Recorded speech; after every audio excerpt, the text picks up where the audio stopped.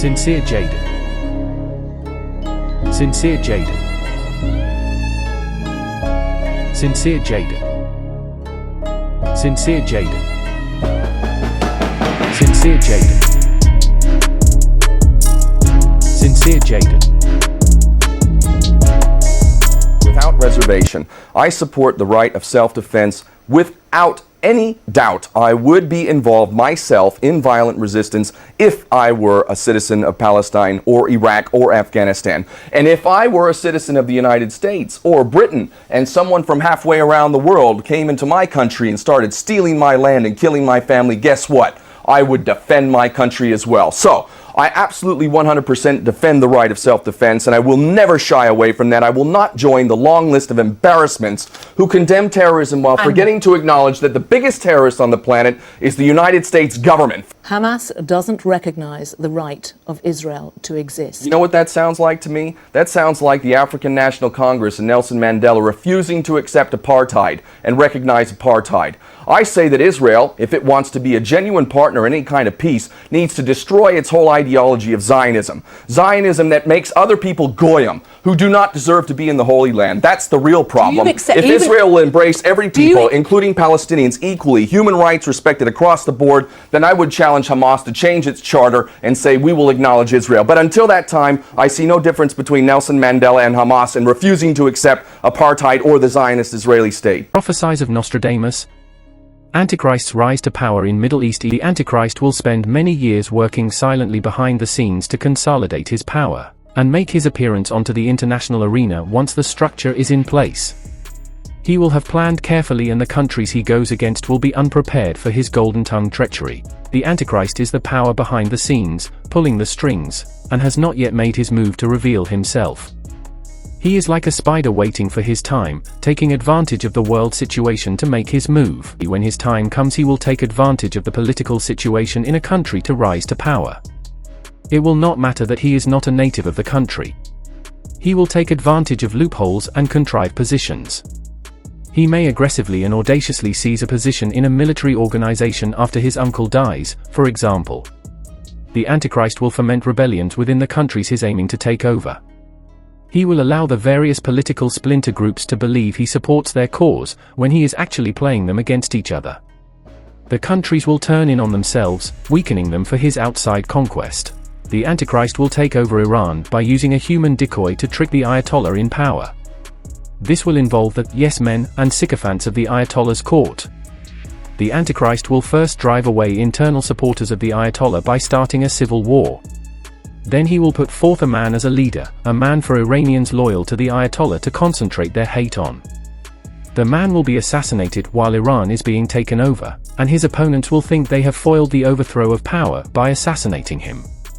But they will find out later he was merely a decoy and that they played into the plans of the Antichrist. The Antichrist will initially obtain power in his own sphere, Asia, and the Middle East. As he grows out of this arena, i.e. into Europe, the next step will be into the Mediterranean, approaching from the south, his area of strength. Because of his Middle Eastern heritage, he will have already united North Africans, who are sympathetic to his cultural background, with his Asian and Middle Eastern conglomerate. Antichrist will start uniting the monetary systems of his region to help merge them into a single political entity. His ambition to rule the world will be advanced by instituting a single currency with others going defunct. There will be a resistance to this, particularly by a popular, charismatic leader from Egypt, demanding the edict and law be withdrawn that requires the Arab nations give up their currencies, and be submissive to the unified political conglomerate. Antichrist will take over Asia by appointing subcommanders to rule vast tracts of land for him.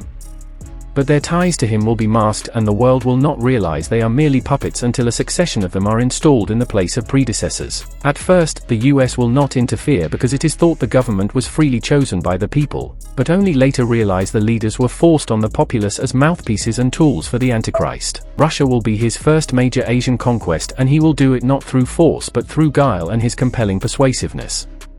He will trick the Russians to come under his power, and there will be nothing they can do about it. They will think they are acting in their own best interests. The Middle East will be mostly under his control before he turns to Russia. Then he turns to China and the rest of the Asian continent to build a position to take over the entire world.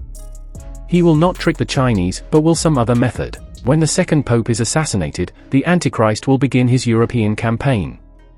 The Prime Minister of Britain and the US President will go into consultation over the matter. They will meet at sea like Churchill and Roosevelt did for better security and secrecy of the meetings. During the use of his weapons and the ravages of war, one of the devastatingly effective plans of attack by the Antichrist is to threaten the destruction of the victim's cultural centers, not so much physical destruction of the populace. Because the population attributes great value to places and artifacts with large historical and cultural significance, the terrorist extortionist technique will be very powerful in striking fear into his foe and bringing them to their knees. To put Europe into an initial shock, he will begin to smash and destroy the city of Rome to rubble via aerial bombing raids. It will be destroyed to such an extent that the 7 hills of Rome will be leveled. Rome will be so annihilated as to be threatened by an encroachment from the sea, destroying all that is left. He will also threaten the cultural centers of Greece and the great Greek cultural centers of learning, including Athens. Most cultural treasures and major metropolitan centers of the entire peninsula will be destroyed. The world leaders will be momentarily shocked and paralyzed by his barbarity. In the pretense of their indecisiveness and absence of their action, he will make great strides in taking over territory and governments. The Antichrist will continually use shocking and unprecedented moves like these to advance his domination throughout the entire. The eradication of cultural treasures also fits in with the Antichrist's ulterior motive of wiping out the established culture to supplant it with his own, like the Moors attempted when they invaded Spain, except in his case on the level of an entire continent. Drought and weather changes will take place during the time of troubles. The Antichrist will take over Italy and Greece by destroying the cultural centers to devastate morale of the subjugated citizens. Antichrist's ravage of the Catholic Church. In addition to the cultural destruction of European cultural centers, the Antichrist will ransack the Vatican Library with the intent of ultimately destroying it. He will do this to undermine the authority of the Vatican and break up the power fragments that remain. One way he will do this is by revealing important, controversial material hidden in the Vatican Library that the Catholic Church will be seen to have suppressed because of the threat to its authority. This will cause major schisms in the Church as priests and students turn against each other in their theories and interpretations of the new material. The confusion and chaos will remove the Catholic Church as an obstacle to the Antichrist's plans. The ransacking of the Vatican Library by the Antichrist will bring to light and open to the world information, facts, and knowledge that had been suppressed for several centuries. Even though he uses violence, the Antichrist will actually be burning off his karma because of the positive effects of the release, starting a new cycle, higher cycle of his karma. The people involved with the Catholic Church, particularly the priests, will cling to the old order even though it is not viable and dead as far as working within the reality of the changed times. The Antichrist and the last pope will be robbing blind the Church. The Antichrist will desecrate and raid the Vatican Library and cart away the treasures of the Church to help fund his armies. The Catholic Church will become totally superfluous and contribute to its own demise. When the Catholic Church in Rome is finally destroyed in a devastating but mysterious act of nature, people will be distracted from noticing the more important event of the time, the Antichrist invading Turkey. After the destruction in Italy wrought by the Antichrist, he will go over the mountains through France via airplane. He will attack Europe from the south because he will have the solid backing of the Islamic world, and will already have bloodily subjugated North Africa and the Middle East. He will set up regional headquarters in Turkey and other outposts to rule and advance further conquests. While the Antichrist is in the process of taking over Europe, he will back the Nazi Party in Germany. The current popularity of Nazism among the youth of Germany will lay the groundwork for this. Eventually Switzerland will become alarmed and break its centuries-old tradition of neutrality, taking the side against the Antichrist and actively fighting. Infiltrators, spies, and traitors in Germany, France, Spain, and Italy will be secretly working for the Antichrist's cause of taking over Europe. The education establishment will be abandoned because it is unsupportable during wartime. Diplomatic foul-ups in other countries will permit the Antichrist to attain greater power. In the beginning, when he does not have a broad base of power but is building on it, those in power elsewhere who can do something about it will hesitate until it is too late. Even though people realize he wields great power from the dark side, his demonic hatred and magnetism will enhance the fatal attraction. He will advance his campaign by invading and conquering neighboring countries, particularly because of the political turmoil and instability of the realm.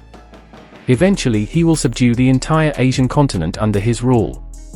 The Antichrist will be in this period of increasing his power during the visit of the comet visible from the northern hemisphere in about 1997. The US will vacillate in dissension during the conquests of the Antichrist.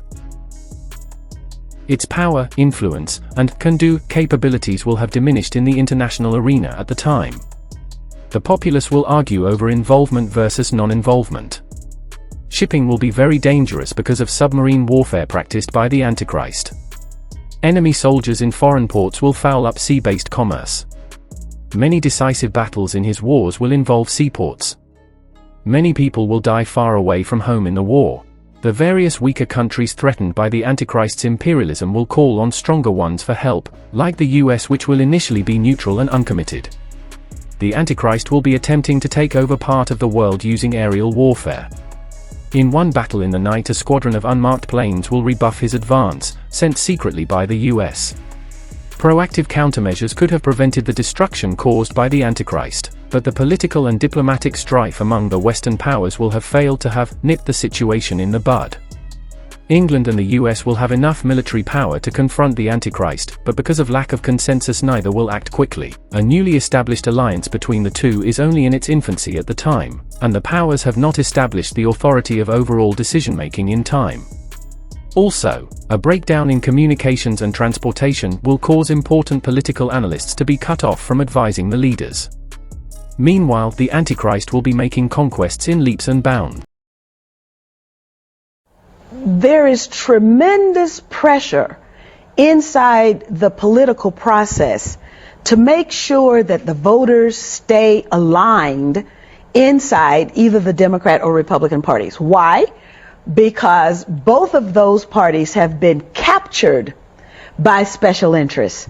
And those special interests are, quite frankly, the antithesis of the interests of the people.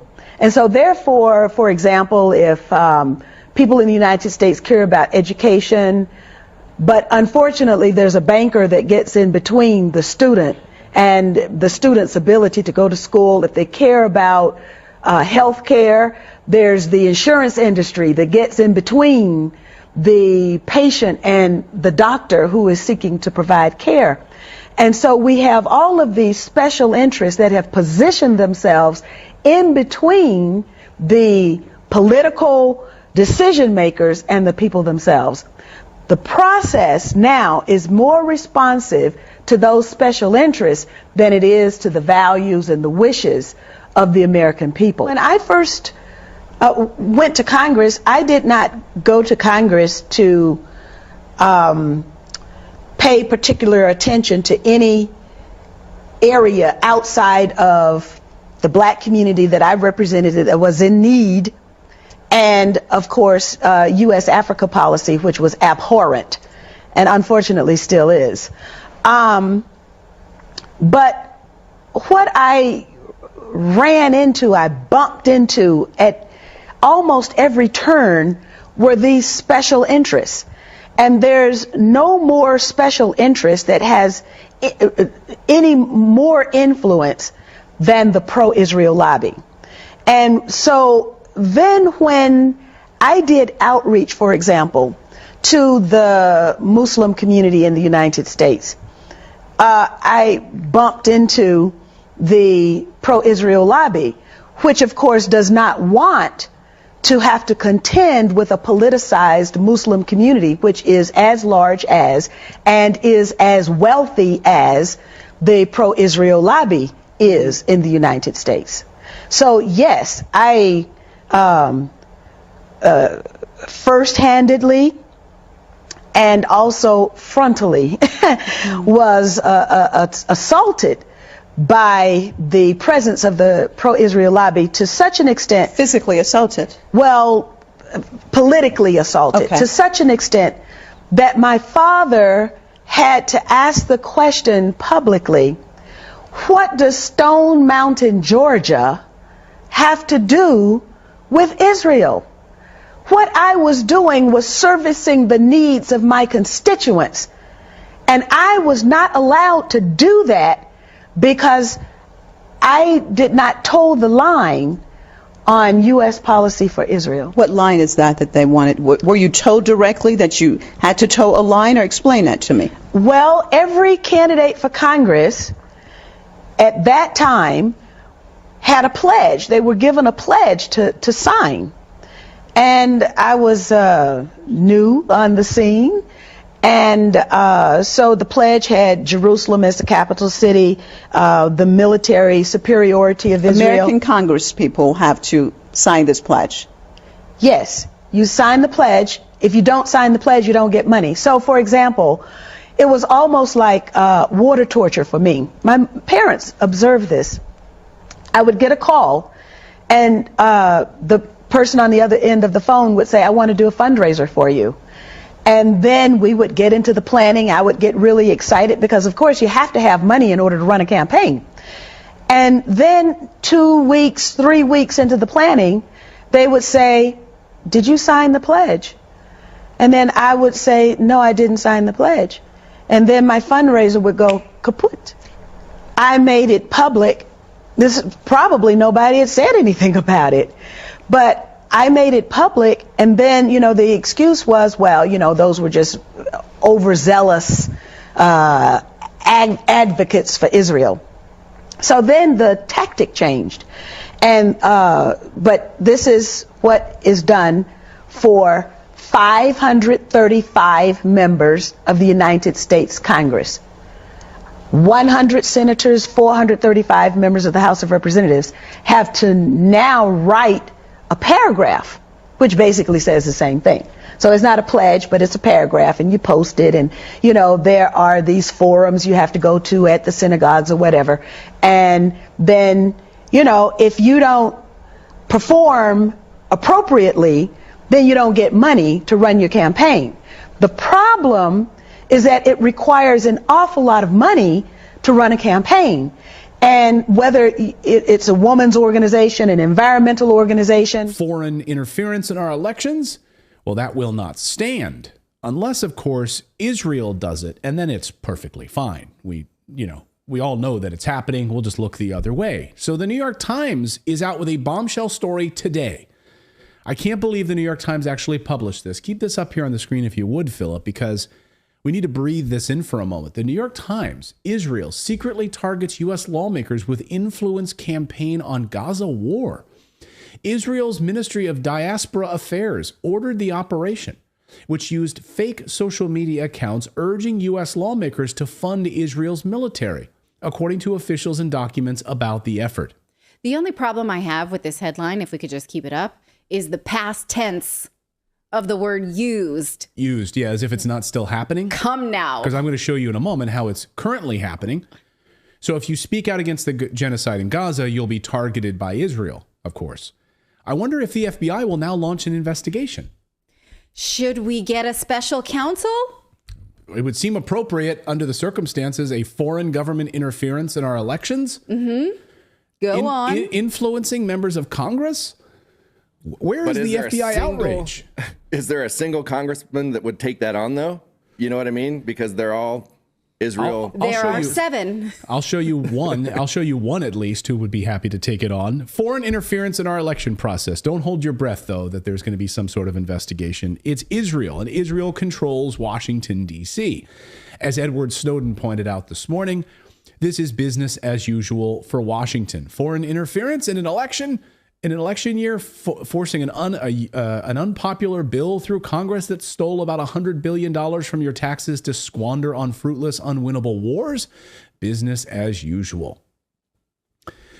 So Edward Snowden knows. So here's how it all works. Let's read from the New York Times here. Israel organized and paid for an influence campaign last year targeting U.S. lawmakers and the American public with pro-Israel messaging as an aim to foster support for its actions in the war with Gaza, according to officials involved in the effort and documents related to the operation. The covert campaign was commissioned by Israel's Minister of Diaspora Affairs, a government body that connects Jews around the world with the state of Israel. 4 Israeli officials confirmed. The ministry allocated about $2 million for the operation and hired a company called Stoic, a political marketing firm in Tel Aviv, to carry it out, according to the officials and the documents. The campaign began in October and remains active on the platform X at its peak. It used hundreds of fake accounts that posed as real Americans on X, Facebook, and Instagram to post pro-Israel comments. The accounts focused on U.S. lawmakers, particularly ones who are black and Democrats, such as Representative Hakeem Jeffries, the House Minority Leader from New York, and Senator Raphael Warnock of Georgia, with posts urging them to continue funding Israel's military. ChatGPT, the artificial intelligence-powered chatbot, was used to generate many of the posts. The campaign also created 3 fake English news sites featuring pro-Israel articles. Right on. So what's frustrating is after Elon Musk went with Ben Shapiro to Israel, when he came back, there were a bunch of accounts, and even who was the guy we had on our show from the Gray Zone? Not Max or Wyatt Reed, Aaron. Yeah, he is still suspended for posting Kit things Clarenberg. trying to yes, that's him. Trying to get information out about what's really going on in Gaza, and they're still being silenced by X, yeah. And their account suspended. Well, not surprising. And a lot of people are trying to get Elon's attention about this, but it seems like this one subject seems to fall on deaf ears for some reason. I don't know why. Right after Congressman Thomas Massie appeared on our show for calling out the TikTok ban, as basically fake news, because it wasn't about China, it was all about Israel, he was targeted by Israel once again.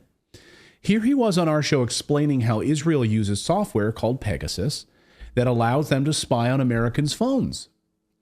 And he talked about the reason Congress wanted to ban TikTok because Israel wants it banned. It's not about China. It wasn't about China at all. It was showing too much truth about the horrors of their ethnic cleansing in Gaza. But you can't talk about that. You can't have that. Israel doesn't want you to see the truth. Pay attention to every word he says here. Watch. Well, there's also a piece of software known as Pegasus that fairly well known that our Israeli government has. Yeah, Israeli software that's state of the art, can do just about anything on your phone, your camera, your microphone. Let me, when I'm on the floor of the House and giving a speech, I have to be 100% certain about what I say.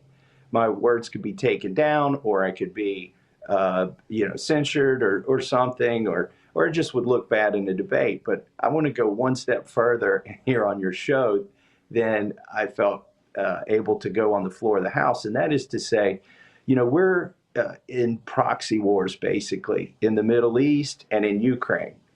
And the U.S. government, the State Department, they want to control the propaganda that our citizens see, because citizens call their legislators. They may say, we don't want to fund that war in the Middle East. We don't want to fund that war in Ukraine. If you can control what the constituents know about what's going on, for instance, in the war between Israel and Hamas, or in the war between Ukraine and Russia, or even in Yemen, then you can control public sentiment. And I suspect, very strongly, I suspect that our State Department saw this as a threat to the narrative that they want to spoon feed the American people. They used, the populist threat of China. And I'm not saying that China is not a threat. I said in my speech, we're wearing suits made in China. We're driving cars with chips that were made in China. We're using phones that are made in China. They're buying our farmland. I'm not saying there is no threat from China, but what they're doing is they're not really addressing any of the threat from China. They're using that as the boogeyman to basically shut down one of the apps where they can't control the algorithms. That to me stood out. Do you think that it really we could point to the Israel connection here as a major piece of this? Well, Clayton, as you know, I'm joining you from the GOP retreat here in West Virginia at the Greenbrier. And our lunchtime speaker is the ambassador from Israel. So, every Republican member of the Congress is going to hear an hour-long speech from the ambassador from Israel here at this retreat, and that's our guest speaker. So that's another way to control the narrative. is we're not going to have a Palestinian guest speaker or Lebanese guest speaker, and they don't want it on TikTok. Now, how do we templatize a guy like him? I don't know. So that it's like, this is the blueprint of what a congressperson or a senator should be right here. Like, yeah. He and Rand Paul. I mean, honestly. Yeah, both from Kentucky. Yeah. Coincidentally. So when the Israel lobby went after Massey hard, as you can imagine, you're not allowed to speak like that. You can't tell the truth like Massey does. You really can't. So Israel spent hundreds of thousands of dollars to try to get him to lose his primary election in Kentucky, the largest pro-Israel lobbying group. The American Israel Public Affairs Committee spent over $400,000 smearing me, he tweeted, this election cycle. Who has the obsession? He asked.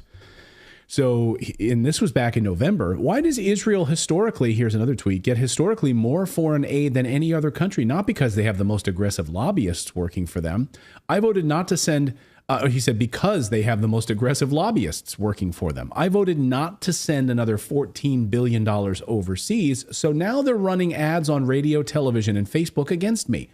I won't vote to give them your money. But then let's follow that trail. So if we are giving Israel money, which we are, of American taxpayer dollars, they are then using that to run psyops on us.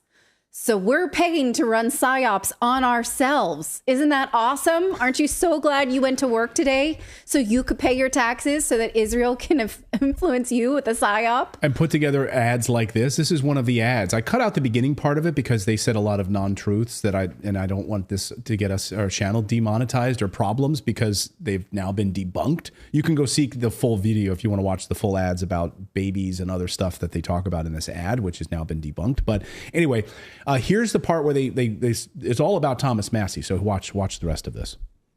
Every Republican voted to stand with Israel. Every Republican except for one. Kentucky's Tom Massey. On Israel, Tom Massey votes with AOC, Tlaib, and Omar over and over.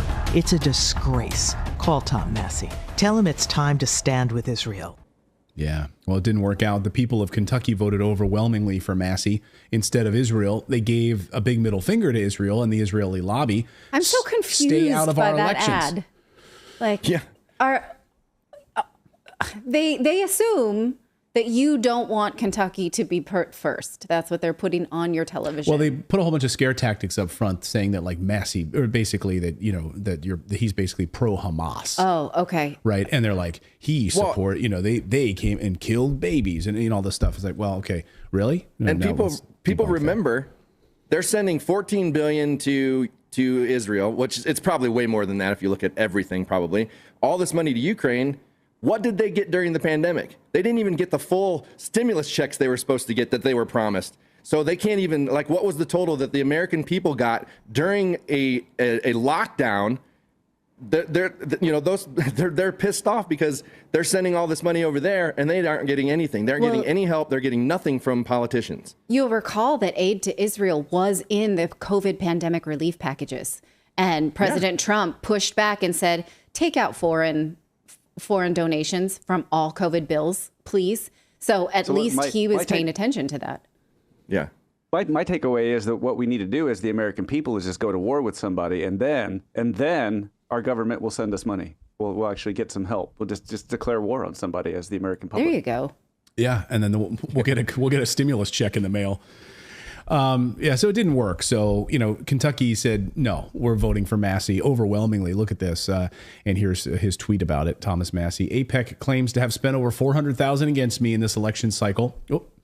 APEC claims to have spent over $400,000 against me in this election cycle. These were the results tonight. Look at that. Overwhelming in the Republican primary for Massey. And then here's tweet by me. I like this one. She says, note the entire GOP. You don't have to sell out to the Israel lobby like a bunch of pathetic traitors to win elections. This is proof. Some of you don't even win by these margins, and you still sell your souls for a lousy 5-figure donation from AIPAC. Enough is enough. If you're bought and paid for by Israel lobby, you need to get primaried.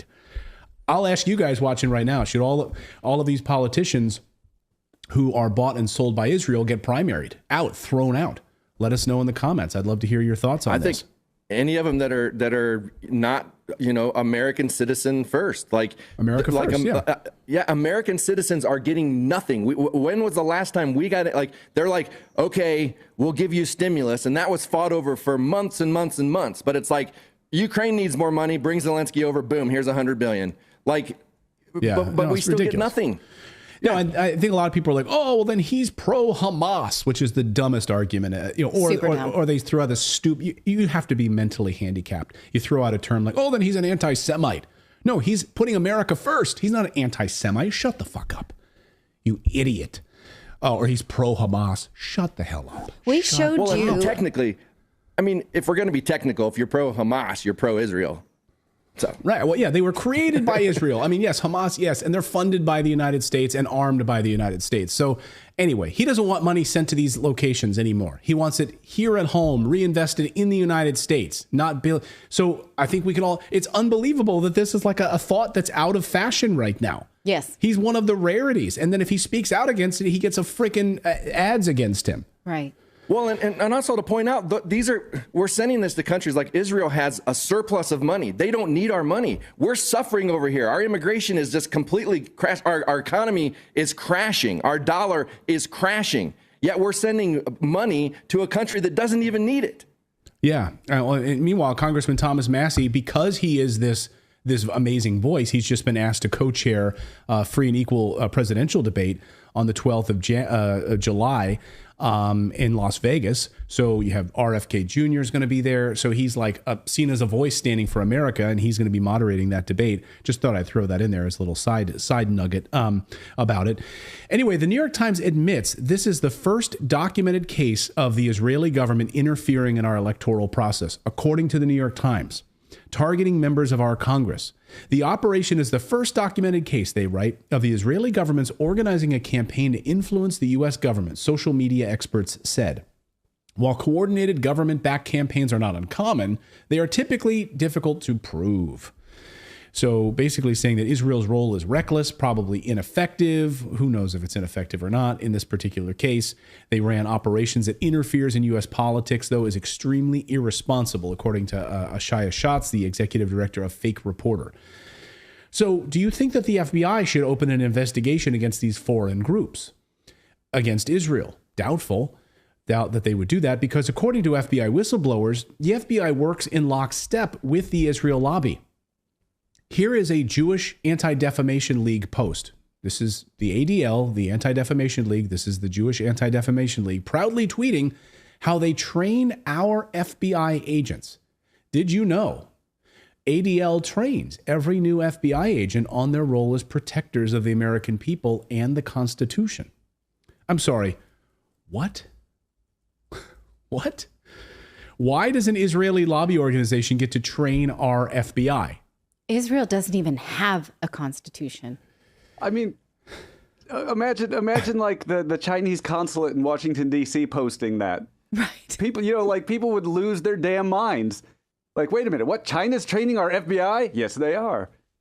What the hell? And then tweeting about it. Like, we're just proud to let them know that we influence the FBI so much that we're letting you know that we train the FBI. Now, So they're probably not going to investigate us. Right. So are they going to investigate these like lobbying groups for foreign government interference? Of course not. It makes sense, though, that they would go after Christian groups, doesn't it? Now, once you start putting all of this together and they go after churches and the FBI is investigating church groups, it really starts to add up, doesn't it? In fact, Kyle Seraphin, who's a FBI agent, former FBI agent and whistleblower, explains how every FBI agent must go to the Holocaust Museum as part of their training. What? Watch this. You asked me to go raid President Obama's house. You asked me to go raid President Bush's house. It's not happening. I'm sorry, it's not happening. I'm not doing that. And I'm going to probably be pretty vocal. That's probably going to be my last day. It's not going to happen. So we had a lot of people that said yes. And I think that so much compliance got done. We talked briefly. Here's what I'll kind of share as my last kind of concern. Every single FBI agent has to go to the Holocaust Museum. What? As part of your training? Even if you're not like religious, like. Or it doesn't. What? That'd be like me, an atheist, they're coming over and saying, hey, look, it's, as part of your training for this, you have to go attend 6 Catholic masses.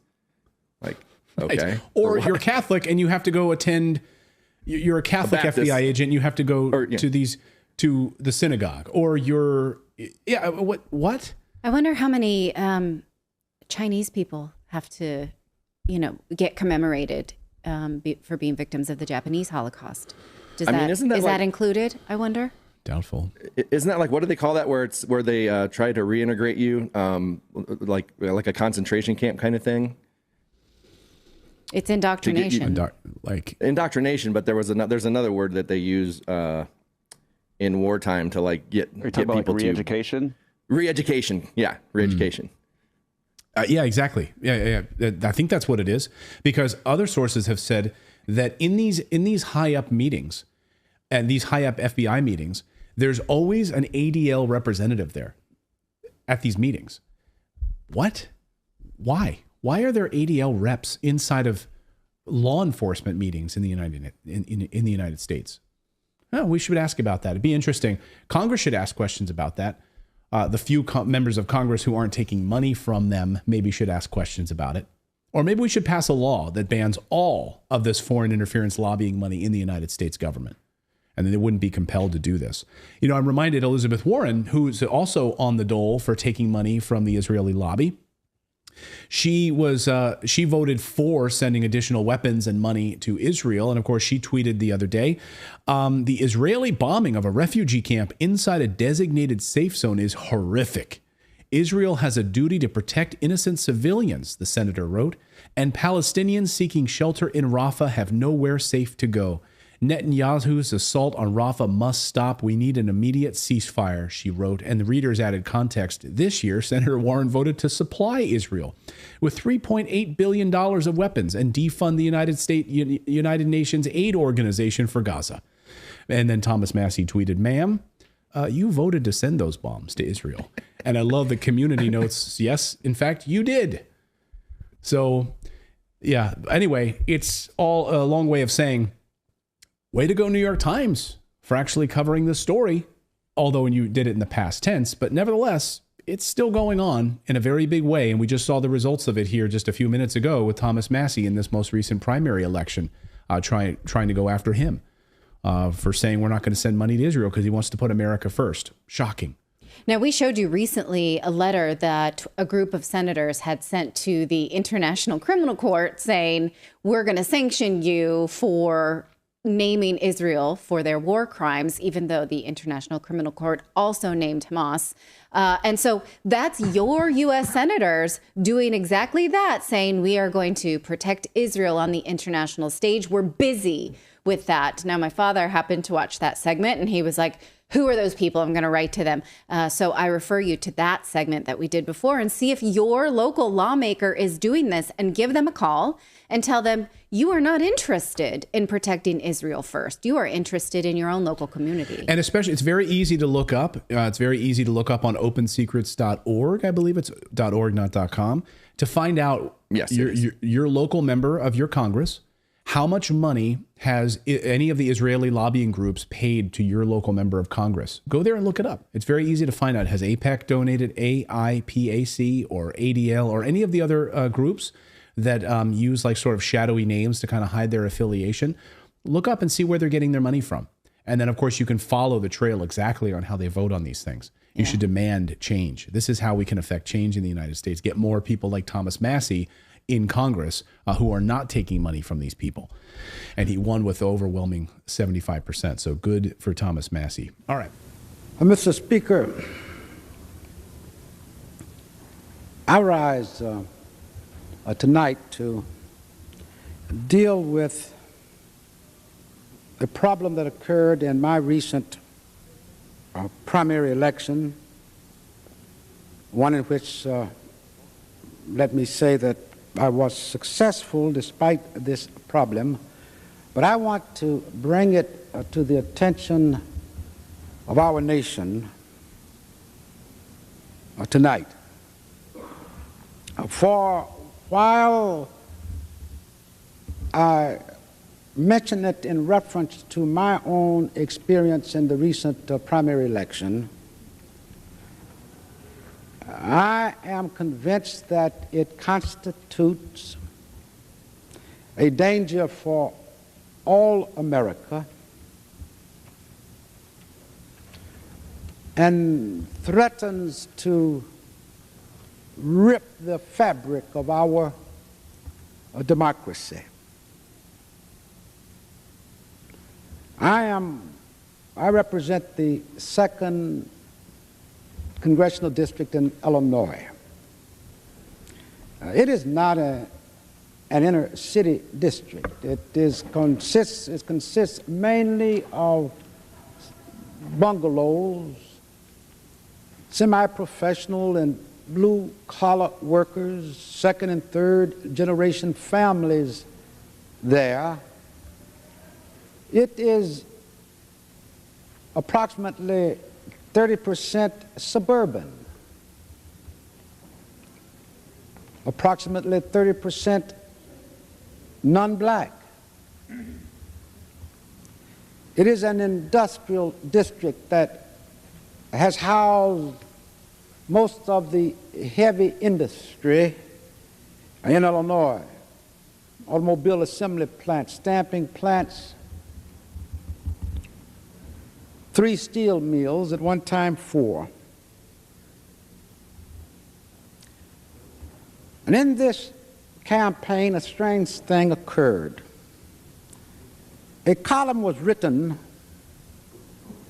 by a columnist in the Sun-Times, Chicago Sun-Times newspaper, by the name of Vernon Jarrett, that raised questions about who really was my opponent because of what appeared to be a strange tilt in the sources of his campaign funding. I want to share some facts with you here this evening that perhaps could be shared by some others who have been targeted, apparently, as I was in this primary, and unfortunately lost their re-election bids. After seeing this column, I began to check the records and the Federal Election Commission report of my opponent for this year, which was available only for January and February, of course, and began to check the identities of those who had contributed to his campaign.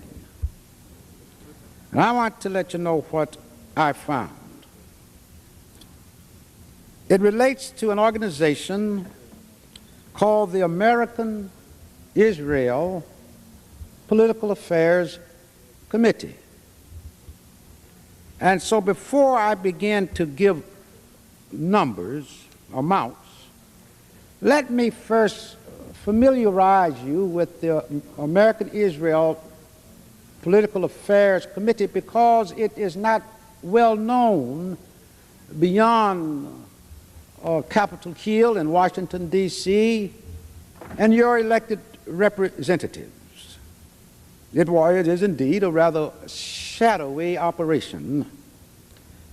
And I want to not just try to describe the American Israel Political Affairs Committee, better known as AIPAC, and I'll refer to it as so from the initials AIPAC, AIPAC. Not to be confused, incidentally, with the term PAC, referring to political action committees. That's a different kind of PAC. Political action committees, as you know, are those organizations under the Federal Election Commission that that organize to contribute money to campaigns for federal candidates and others. But AIPAC means the American Israel Political Affairs Committee, not a PAC. Has no right to contribute money to candidates, therefore. But rather than try to describe it myself, I want to just read excerpts to you from newspaper reports that I discovered when I began to pursue this matter, and in the process began to realize that I had been targeted for defeat by AIPAC. First, the Wall Street Journal, June 24th of 1987. An article by John J. Falca, and reads just in part, refers to the American Israel Public Affairs Committee, or AIPAC, as one of Washington's most powerful lobbying organizations. And he points out in this article that according to a computer-aided analysis of 1986 Federal Election Commission reports, despite AIPAC's claims of non-involvement in political spending, no fewer than 51 pro-Israel PACs, most of which draw money from Jewish donors. I'm reading a quote from the Wall Street Journal. Jewish donors and operate under obscure sounding names, are operated by AIPAC officials or people who hold seats on AIPAC's two major policymaking bodies. Continuing this article, the analysis shows that 3 of 7 regional chairpersons at AIPAC direct PACs, meaning political action committees, now those who can legally contribute money and do. 3 of 7 regional chairpersons at AIPAC direct PACs, political action committees, and 26 more political action committee chairmen or treasurers sit on AIPAC's 131-member executive committee, which meets 4 times a year and sets overall lobbying strategy. 22 more political action committee leaders hold seats on the second advisory body of AIPAC, the 200-member National Council. And it concludes that while the pro-Israel PACs, that's political action committees, not AIPAC, represent diverse and supposedly bipartisan Jewish communities in almost every major city and region in the country, their spending patterns are remarkably similar. I have to ask you to bear with me as I read from 3 or 4 clippings briefly to lay the groundwork for you to understand this obscure operation. Because however obscure and disguised, if you will bear with me, you will learn what should be of great concern to us all.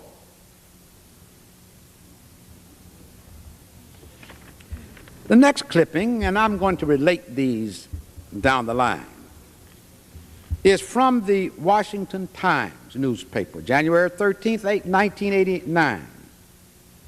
It says, in part, a group of prominent Americans concerned about Washington's diplomatic tilt toward Israel filed a complaint yesterday with the Federal Election Commission charging,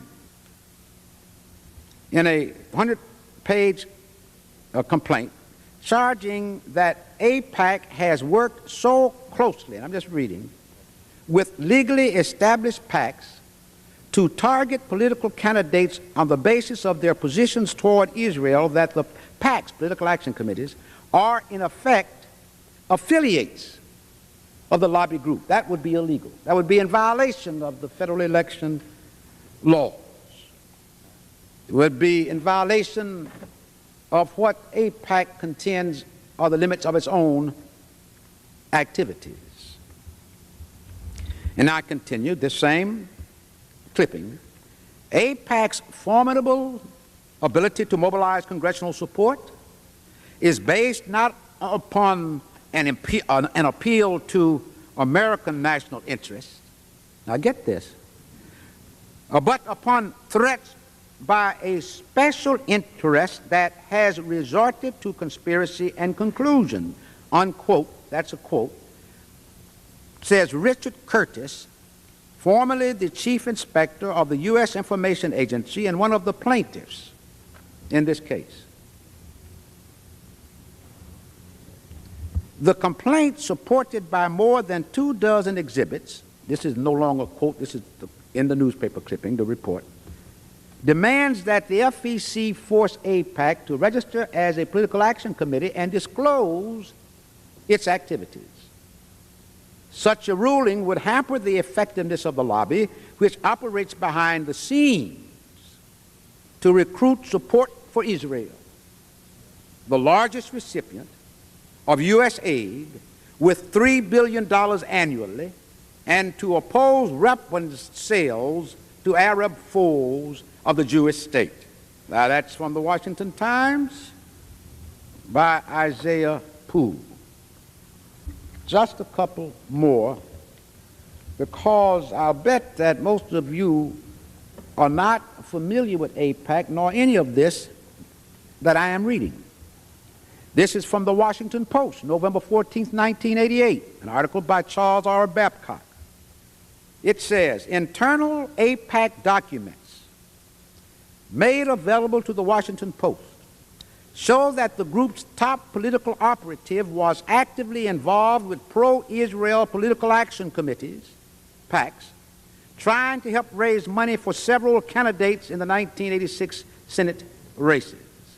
A memo from Elizabeth Schreier, then AIPAC's deputy political director, 5 weeks before that election, urged an assistant to call several pro-Israel PACs and tried to get $500 to $1,000 donations for 5 specific Senate candidates.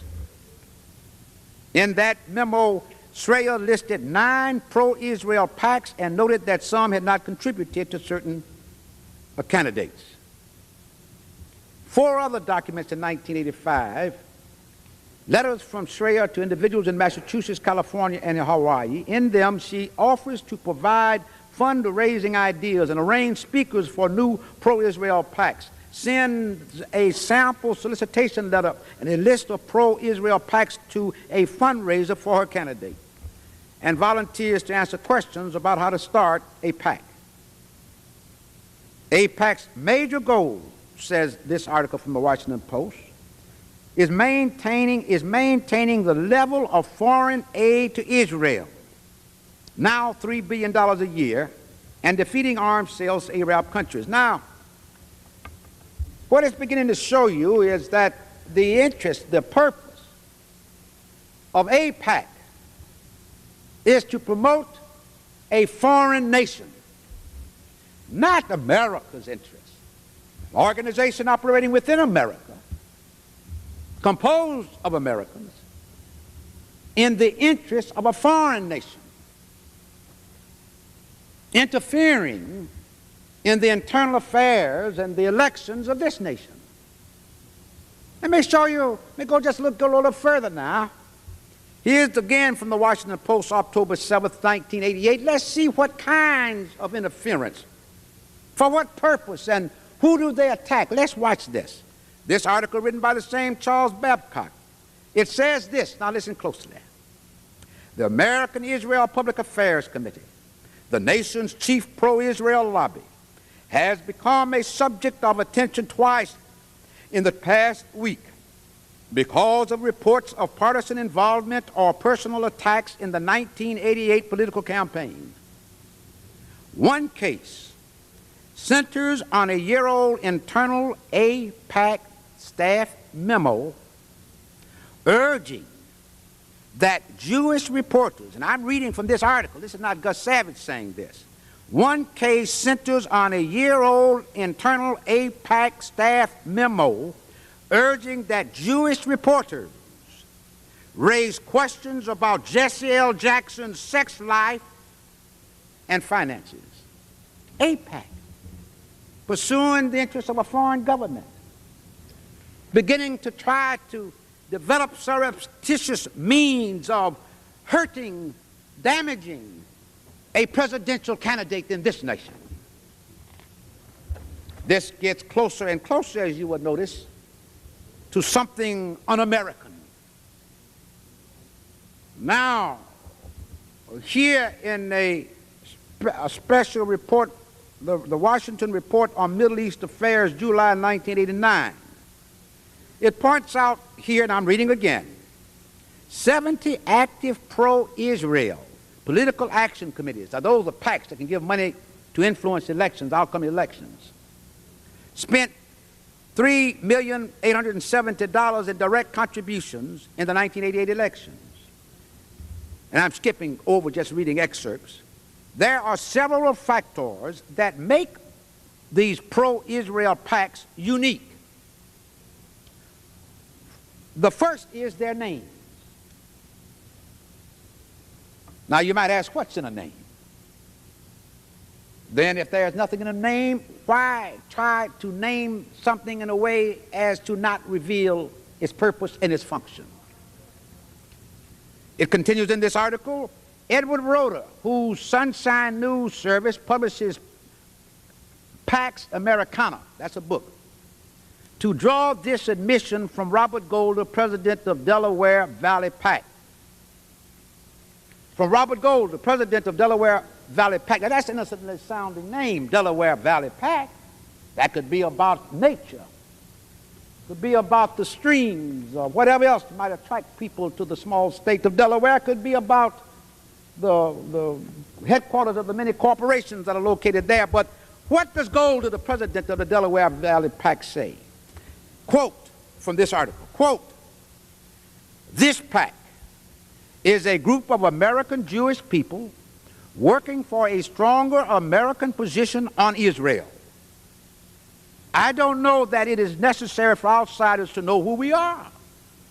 It's a small group of Jewish fundraisers raising money from mostly Jewish contributors, and we can explain who we are to them," unquote. Robert Golder, president of the Delaware Valley PAC. The article now, I'm no longer quoting Golder, but the article by Richard Curtis continues that if 70 pro-Israel PACs active in 1988 coordinated their giving, and to do that through AIPAC would be illegal, coordinated their giving, internal AIPAC documents instructing employees to contact named PACs and tell them to give designated amounts to named candidates, which have fallen in the hands of both the Washington Post and the TV show 60 Minutes. You may recall the show when Mike Wallace exposed AIPAC. They indicate that coordination involving at least 20 of the major pro-Israel PACs took place in 1988, and that such coordination makes AIPAC and those PACs into a single PAC, circumventing the law that limits donations to a single candidate. Now, after I've described AIPAC to you, made you a bit more familiar with AIPAC, now let me go back to where we started and relate it to my recent primary. Here's a letter dated February 28, 1990, from a Robert H. Asher, 211 East Chicago Avenue, Chicago, Illinois. Now, I'm going to tell you who, and I'll identify for you this Robert H. Asher later. Let me first read this letter that was mailed by Robert H. Asher. Well, let me just tell you right now, so I won't hold you in suspense. Robert H. Asher was the president of AIPAC. The letter reads, "Gus Savage has one of the worst attendance records in Congress." Well, now, of course, that's untrue. The records of how often you vote in Congress is a matter of public records in print. And though many of you may know that in newspapers and television for the past 8, 9 years, many times when they just mention my name, they'll say Gus Savage, who has such a poor attendance record. And if I say that it's in print, then they can find out just what that record is, and find out that, and they would discover that record was not poor, except for the few months of bereavement when I, in 1981, lost my wife of 34 years to a very excruciating ailment. That except for that, nowhere near poor. But yet he says this. And as I said, that you can I'll explain later why it might be interesting to note that the press has been saying this for the past 8 or 9 years, knowing that it was not true, and knowing that you would have perhaps no interest enough to check to find out whether it was true or not, and just accepted it.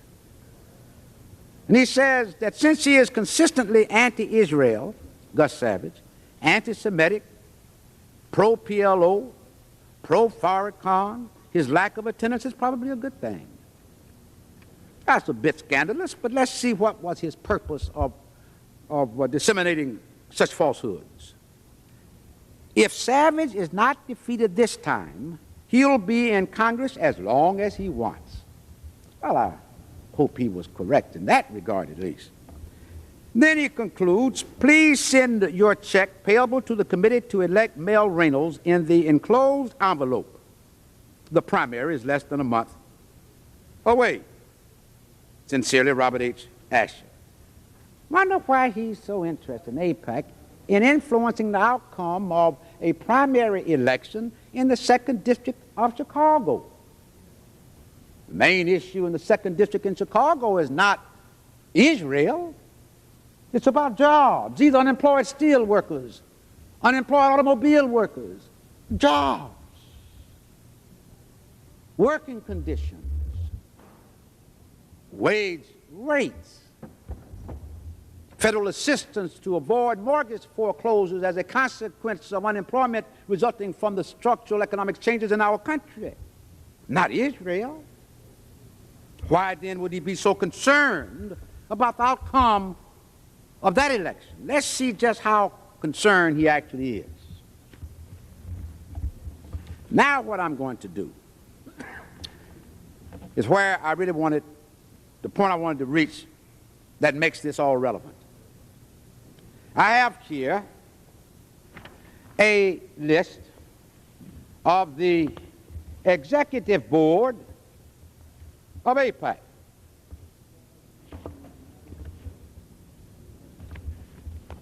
The executive board of AIPAC and its national council and officers. That's how I know who Robert Asher is. What I intend to do here now is to take the Federal Election Commission report filed by my then opponent, Mel Reynolds, filed here, his signature for January and February of this year, the only one now, the latest one that's available. Now, I'm making this statement because I want you to conclude or agree with me that we need to strengthen the federal election laws. We need to enforce that which now exists against AIPAC. And we need to be concerned about an agency whose main concern is the interest of a foreign government taking advantage of the rights and privileges of American citizenship to influence your Congress. Now, Reynolds had to file this as all candidates do. And incidentally, let me say, when I go to point out to you how much money he raised, you will find during that period, though they say incumbency is protected by our capacity to raise so much money, in that period I only raised $15,000. But Reynolds raised $51,000, more than 3 times as much. Never held office before in his life. Didn't live in the district until a couple of years ago. What about all of this money? Friend Max Blumenthal joins us now. Max, thank you very much. I want to explore in some depth the suppression of the freedom of speech in the United States of America and the involvement of government, of course, in doing the suppression. But before we do, just a few questions about Gaza. Prime Minister Netanyahu, who himself is trying to suppress speech, as we both know, we watched that clip, in the United States, has said that he's going to direct the IDF to invade Rafah, whether there's a ceasefire or not, whether Joe Biden wants him to do it or not. There's 1.25 million people crammed into Rafah. What will happen if the IDF invades? Well, I think we all know what will happen in terms of civilian casualties. And I think we all know that many of those people will be pushed south towards Egypt, or they could try to return to where they're from in central Gaza, in northern Gaza, and then face more attacks from the Israeli military, which, as even mainstream US media is willing to acknowledge now, has been attacking so-called safe zones. They're just killing everybody everywhere. The reason Netanyahu is going in there is because he says that he needs to destroy the 4 remaining Hamas battalions. And from a political point of view, he's acknowledging failure to this point. It's been 7 months. Not only have they not destroyed Hamas, they haven't produced any of the assassinations of high-level Palestinian resistance figures that the Israeli public has grown accustomed to over the last few decades, which they tout as major victories. Mohammed Deif, the leader of the Al-Qassam brigades, who's a folk hero in Palestine, is still alive. Yahya Sinwar, the head of Hamas's Politburo, is still alive. He is the person who authorized the October 7 Al-Aqsa flood attacks. Abu Ubaidah, the spokesman for the Al-Qassam brigades, who is a folk hero in Palestine. When he speaks, everyone stops and listens in town squares across Palestine. He's still delivering manifestos and speeches taunting the Israeli military. And when you have all these battalions in the south, what doesn't go mentioned in US media is that the Israeli military is still taking casualties wherever it is operating in the north. A bulldozer was just hit in Beit Hanun, one of the northernmost points in the Gaza Strip, the first area the Israeli military attacked after October 7th. 5 months ago, Israel claimed an operational hold in Beit Hanun. Nope. 8 Israeli soldiers were badly wounded. Some may die in a TV bomb attack. Also in northern Gaza, the Al-Qassam brigades repurposed a unexploded F-16 bomb and took out these Israeli soldiers. Al-Qassam brigades have put out a poster taunting the Israeli military with a recycling symbol showing the bomb saying, "We are recycling your garbage." So the Israeli military, and in the Netzarim corridor where they've tried to seal off the north, they've been taking casualties.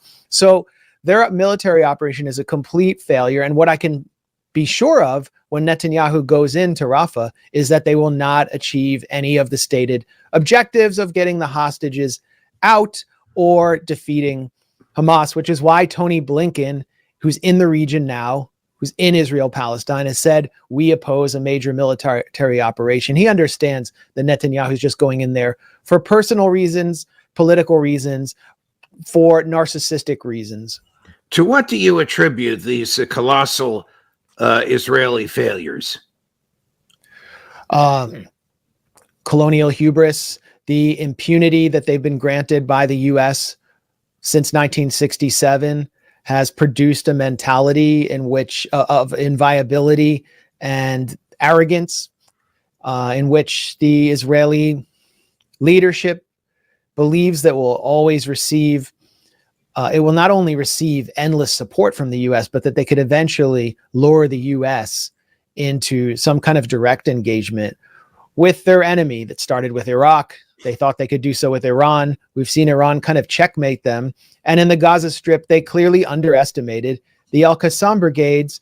And I got to see and learn about the Al-Qassam brigade's capacity in 2014 when I was in Gaza. They actually dealt a tactical defeat to Israel when it attempted for about a week or so, an incursion into Gaza in the Shujaiya and Beit Hanun areas, and they withdrew because they were taking so many losses. So I think we're just witnessing miscalculation on the part of the Israelis and the Americans. The Biden administration has not learned any lessons from the disastrous regime change wars that its foreign policy team has presided over since Yugoslavia.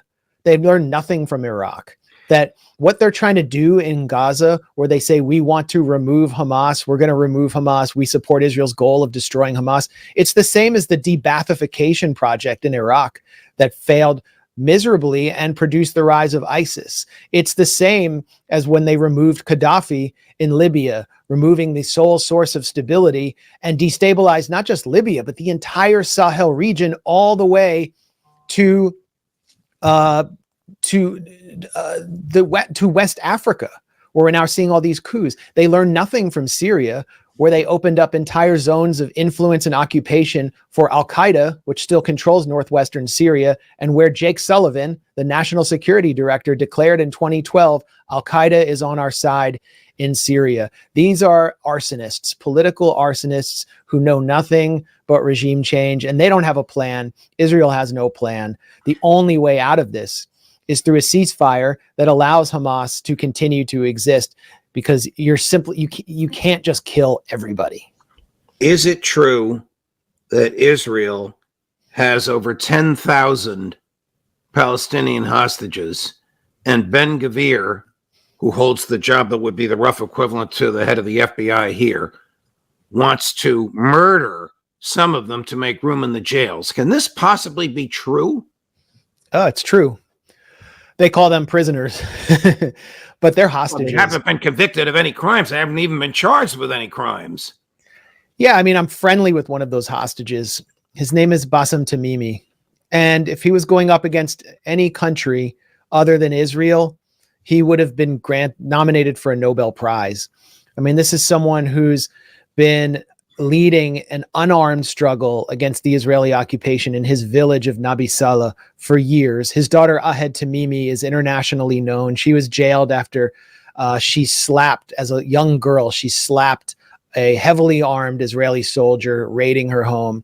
I've been to that village many times, witnessed them raid homes, take children, literal children, out of their beds and hold them hostage, take them to the children's court. I've been to the trials of these children. I'm talking about literal children, like 12 years old. And this village has been holding on against settlers that want to steal their land, steal their freshwater spring, push them out. Bassem Tamimi's detention was just extended by 6 months after he was arrested for 6 months. He's never been charged.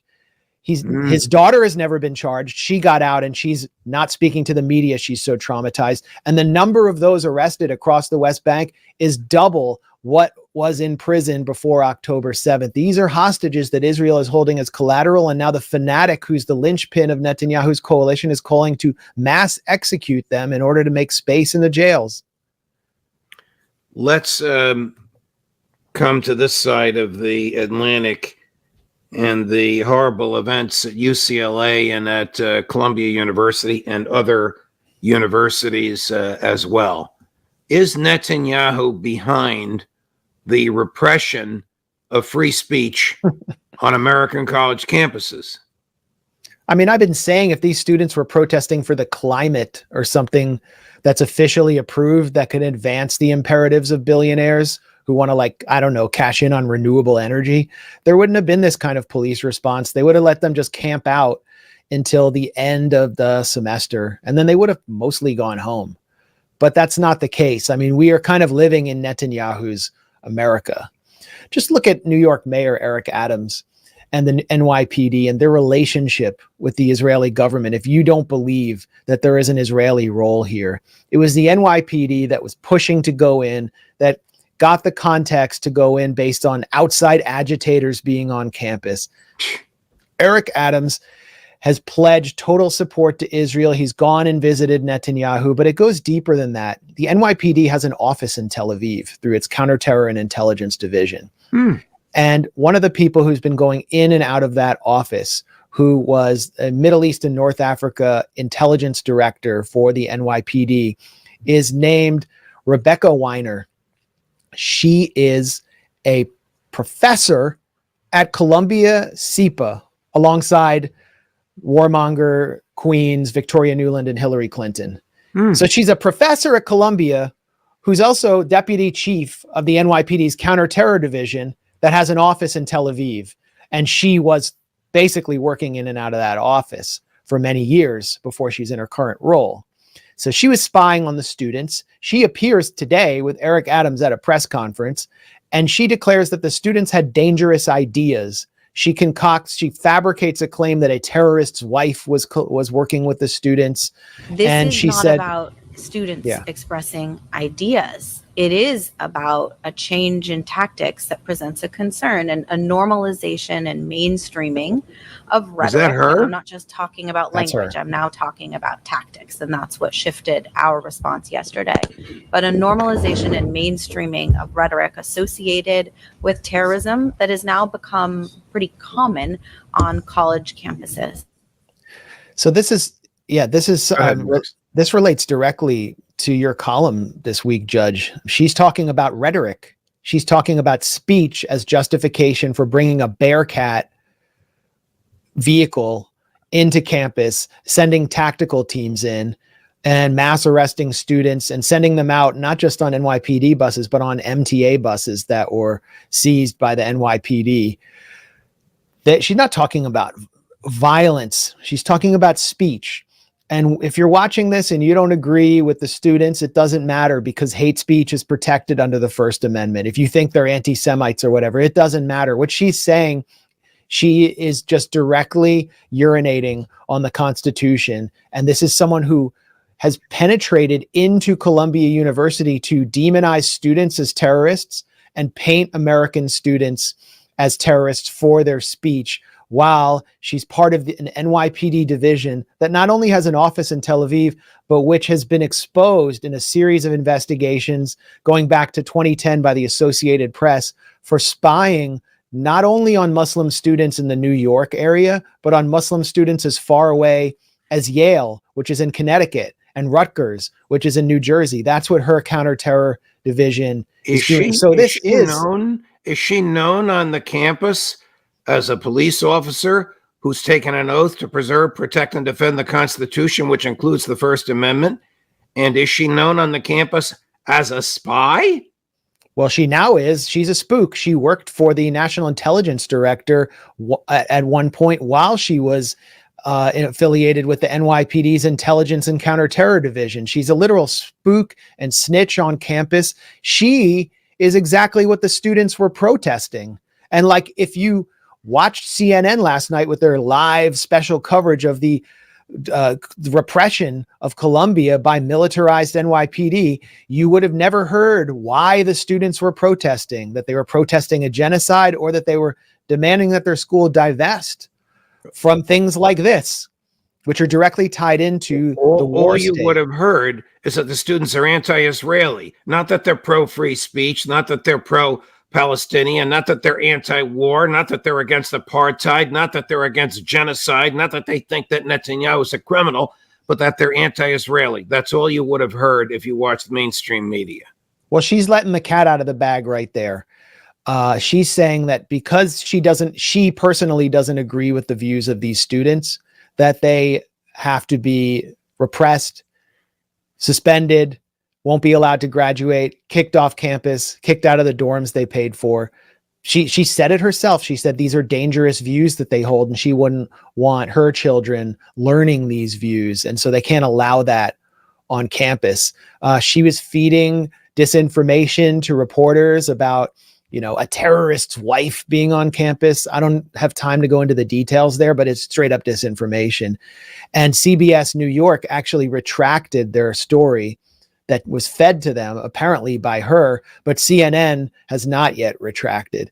So you can clearly see the NYPD's working the media. It's taken control of Columbia's campus at the request of Columbia president Minouche Shafik, who is actually a British baroness. She came over from the UK to take over this position, which she's mismanaged at every stage. She has demanded that the NYPD remain on campus until May 17th. So Columbia University is effectively under occupation.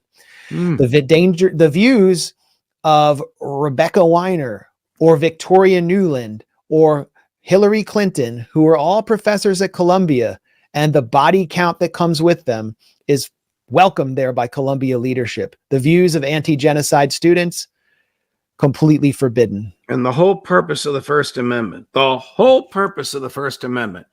is to keep the government out of the business of evaluating the content of speech. And that's what she's doing. And she's got an armed force who arrived at 2 o'clock in the morning looking like they were Marines about to storm a hill, an armed force to enforce her opinions of the content of the student's speech. What did you witness? We'll go to the other side of the United States. I know you've been covering this at UCLA. Well, I want to contrast what's happening at UCLA first with what happened at Columbia, because it was unusual to me that the students broke into Hamilton Hall, which was when they were holding the lawn, and this was going to prevent graduation from taking place as planned. They were in a very strong negotiating position, and they gave up their negotiating position 12 hours after the NYPD, after Columbia leadership said they were going to lock down campus. Now there's no encampment left. They gave the NYPD all it needed to justify this raid. So I think we're going to need an analysis, a morning after analysis of what actually happened there and whether they were led into a security state trap. At UCLA, what you saw was students actually holding their ground, not giving up their encampment. They're in Westwood, in West LA.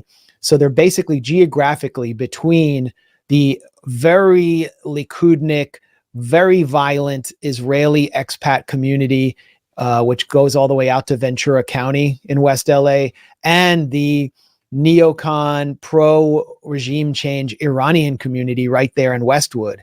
And they were assaulted brutally starting 4 nights ago. The Zionists, with institutional Zionist support, including from the Anti-Defamation League, which claims to oppose hate, they were blasting sounds to sonically terrorize these students with the sounds of babies in distress, very irritating music. And then they started being hit with Dodger Stadium level fireworks, which injured and wounded many students. Then these mobs set in on the students. And this was just about 24 hours after Zionist counter-protesters had been wishing that these students be raped, killed, were waving bananas at them to call for the death of one who said they had a banana allergy. They brutally beat these students with pipes, with metal pipes, with hammers, with rocks. There were young people coordinating pepper spraying of protesters. And I've spoken to some people who were present on the protesters' side who said that the students did not want to play into the narrative of themselves being violent, so they were afraid to even fight back. And you can just look at the video. It's all very clear there. You're seeing criminal assault in broad daylight by pro-Israel elements who were egged on not only by Donald Trump, who said it's time to clear these protests out, but by Joe Biden, who condemned these students as anti-Semitic for simply using an Arabic word for rebellion or shaking off, intifada. And so basically our 2 most visible political leaders set the stage for ethno-supremacist mob violence. And outside of LA, the media is not really treating this as some gigantic scandal. The New York Times referred to it as clashes. Oh, they're just clashing at the White House press briefing today. Where were the LA police when these kids were being brutalized? Okay, University of California police stood down just as the Capitol Hill police stood down on January 6th. And it was so obvious to me and that these Zionist hooligans were used as proxy muscle by the police to break up an encampment that university leadership was unable to dismantle on their own, because these were just peaceful students assembled on the lawn. It's been reported by the UCLA Daily Bruin, the school paper, that only 5 police officers were even stationed on campus. After they were attacked by the Zionists, they just left. They didn't call in reinforcements. LAPD didn't come in. And witnesses to the attack told me that for 4 hours, students were being brutally beaten with hammers and metal pipes and pepper spray by masked hooligans with no interference from the police at all. Private security, they refused to allow reporters from the school paper to flee into the building where they had their office, and they too were attacked by these Zionist hooligans. So once again, gigantic scandal. I mean, we saw at the State Department last week, the spokesman Vedant Patel under orders from Tony Blinken, who's really running this operation in this government. Well, Patel was absurd last week. Yeah, Absurd. he refused to condemn Netanyahu and foreign leaders from Israel for attacking American students and demanding that American federal police wage a military-style crackdown on students. He refused to call that interference.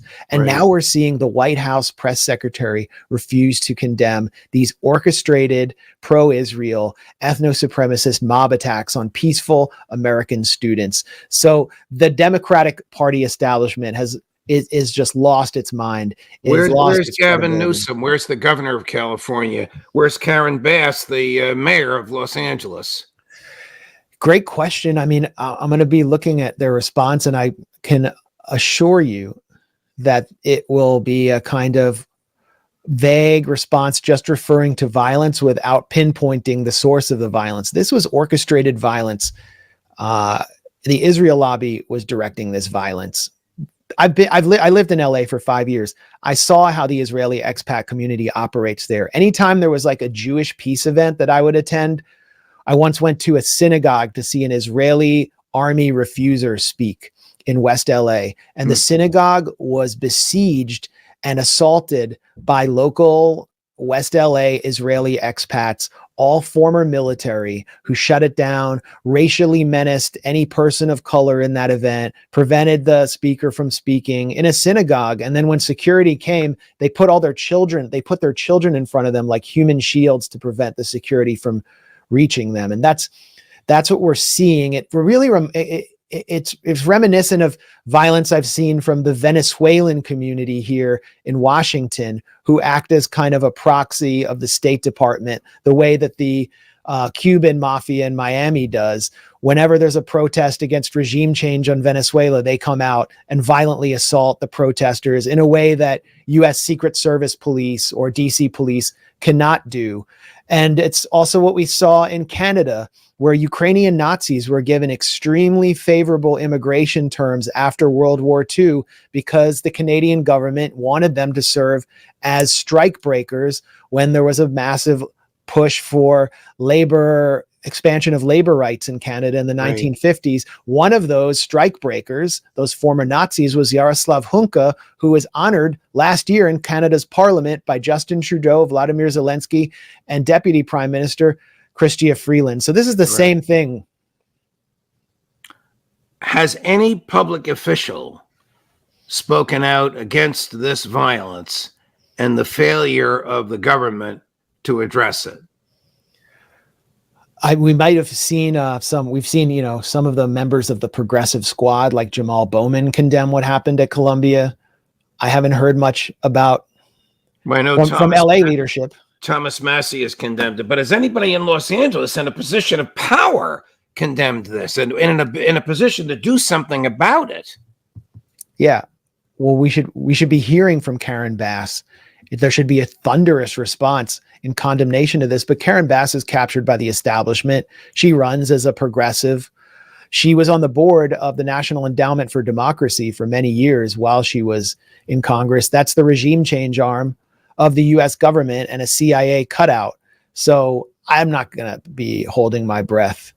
These students have been left completely on their own, all to continue to generate political consent for genocide. And we're not really paying attention to the images out of Rafah, but Israel attacked again last night by air, firebombing people in their tents. And the images of children's bloody bodies are horrible. I should also mention that the daughter of someone who I counted as a friend who was murdered by Israel in his home in an airstrike last December, Rifat Al-Arir, who was nothing but a professor and a poet. Israel came for the rest of his family last week and murdered them in their home with an airstrike. So that's what these students are protesting. That's what this is about. And they've been left on their own by discredited political leadership that can't even stand up for the most basic aspect of the Constitution, which makes America special, the First Amendment. Right. I guess this will die down because it's exam and graduation time, and in a couple of weeks, the vast majority of these students will be home or headed for Chicago. No? What do you think happens next? Well, that's what's happening. Chicago. And my question is, will they hold the convention remotely? I mean, the Democrats basically ran Biden's 2020 campaign from his basement. Right. He didn't have nobody attended his inauguration. That was basically a remote event. They said, the FBI said there's going to be QAnon insider attacks after January 6th. So we have to cancel inauguration. We were basically living behind blast walls under military occupation in Washington after that. So I think there's reason to suspect they could do the same at the convention. And it's not as though the Democratic Party elite wants any challenge to Biden. There's not going to be anyone else nominated. So really, what's the point of holding that convention? Well, they should look to history at the Chicago 1968. Yeah. I mean, the one difference there is that these protesters are pure. They're not worried that they're going to be drafted into this war. Right. They're just they're not just middle-class students who are worried about dying in a pointless war. They are just concerned. I would say they're concerned global citizens who are anti-genocide protesters, who are challenging and threatening the empire at its core. In some ways, that's more threatening than the anti-Vietnam protesters. And I look at that generation that protested the Vietnam War and largely dodged the draft. The middle-class, educated baby boomers, they've mostly betrayed these students. Most of them are not standing with these students now and are rejecting the parallels. They are the base of support, the last base of support for Biden. Thank you, Max. It's terrible, terrible state of affairs, and I don't know how it ends because we don't know what's going to happen in Chicago. And it kills me that these kids, understanding the First Amendment and choosing to exercise the most fundamental of American rights, a natural human right and one expressly guaranteed by the Constitution and by history, have to suffer like this because the people that they disagree with have all the money. Yeah, and the one thing that really concerns me because of what we saw in 2020 with BLM, with the Proud Boys, that there are elements in the national security state and the political elite that actually want to see a strategy of tension, that want to see violent chaos, political chaos play out in the streets. And that's what kind of concerns me going forward in the election, is that they actually could try to play this to their benefit. Well, this will enhance their authority. It's almost like a false flag. If they can say, look, without us, more of this will spread. Yep. That's what they did in 2020. I was arguing that there was no violence until the government showed up. Now I have to say there's no violence until the government looks the other way because of what you just described happened in Los Angeles. Complete police stand down. Yeah. Let's talk about Rafah, because this is minute by minute unfolding right now as Israel is striking Rafah after Hamas has accepted Gaza ceasefire proposal. However, there is nonstop bombing that continues to unfold in eastern Rafah that has been going right now. And so flares have been lighting up the night sky tonight there as well. This is video from earlier. This is the scene right now as people try to scramble and get out of the rubble, trying to find what they can to move and get out of the way because Israel has dropped leaflets because the invasion of Rafah is beginning. At the same time, Benjamin Netanyahu has unveiled their true plan for Gaza. It's their 2035 Gaza plan to rebuild Gaza into an Israeli version of Dubai, which we'll get to that part in a moment. But first, Israel began this morning dropping leaflets over southern Gaza, telling them to get out because the invasion is about to start. Where are they supposed to go? Everything has been destroyed. They've leveled buildings, but they've really lost, which we'll get to the PR part of this in a second here. They've really lost the PR. And this is exactly what military leaders have said. Yeah, they might destroy the buildings and they might drive Palestinians out, but they're going to lose the broader war because now you're going to be going up against Lebanon. You're going to be going up against Hezbollah. You're going to be going up against Iran. And this is not going to fly. Those are from military leaders. Everything has been destroyed. And in these areas now, and journalist Vanessa Beeley points out, according to our friends in Rafah, there are no IOF forces on the ground. The only Zionist forces are in the area dividing north from south. Leaflets have been dropped in eastern Rafah telling civilians to evacuate to Khan Yunis, which is devastated without any services at all. So they're being told, go to Khan Yunis. Friends are paralyzed with fear, not knowing if they should stay in other areas of Rafah until the last minute or leave now. This is barbaric psychological warfare on top of the ongoing massacres. So there's nothing for them to go to. Now, this brave Sky News reporter actually confirmed live on television, which you don't really see happening anymore. Mostly they're all in the tank for the other side, of course. But here's what Sky News reporter just confirmed, telling all of us what Vanessa Beeley just tweeted a little while ago. See how long this guy actually has a job for telling us the truth. Watch. The Israeli Defense Forces is encouraging, in their words, encouraging residents in southeast Gaza to advance towards what they call an expanded humanitarian area to the north. That is centered around the city of Khan Yunis and a coastal community called Al-Mawasi. They claim that this area contains field hospitals, tents, food, water, medicine, additional supplies. That is a claim that international aid agencies, the WFP and the like, will treat with real skepticism. I think they say the Israelis have not done enough to facilitate these humanitarian supplies. Should also say that people are being asked to go to an area that has already been badly damaged, badly bombed in this war. The area around the city of Khan Yunis was largely destroyed in January when the IDF laid siege to it. So we're talking about a situation where people are being asked to migrate again, and I think we should probably talk about the significance of this. 1.2 million civilians crowded into the southern section of Gaza.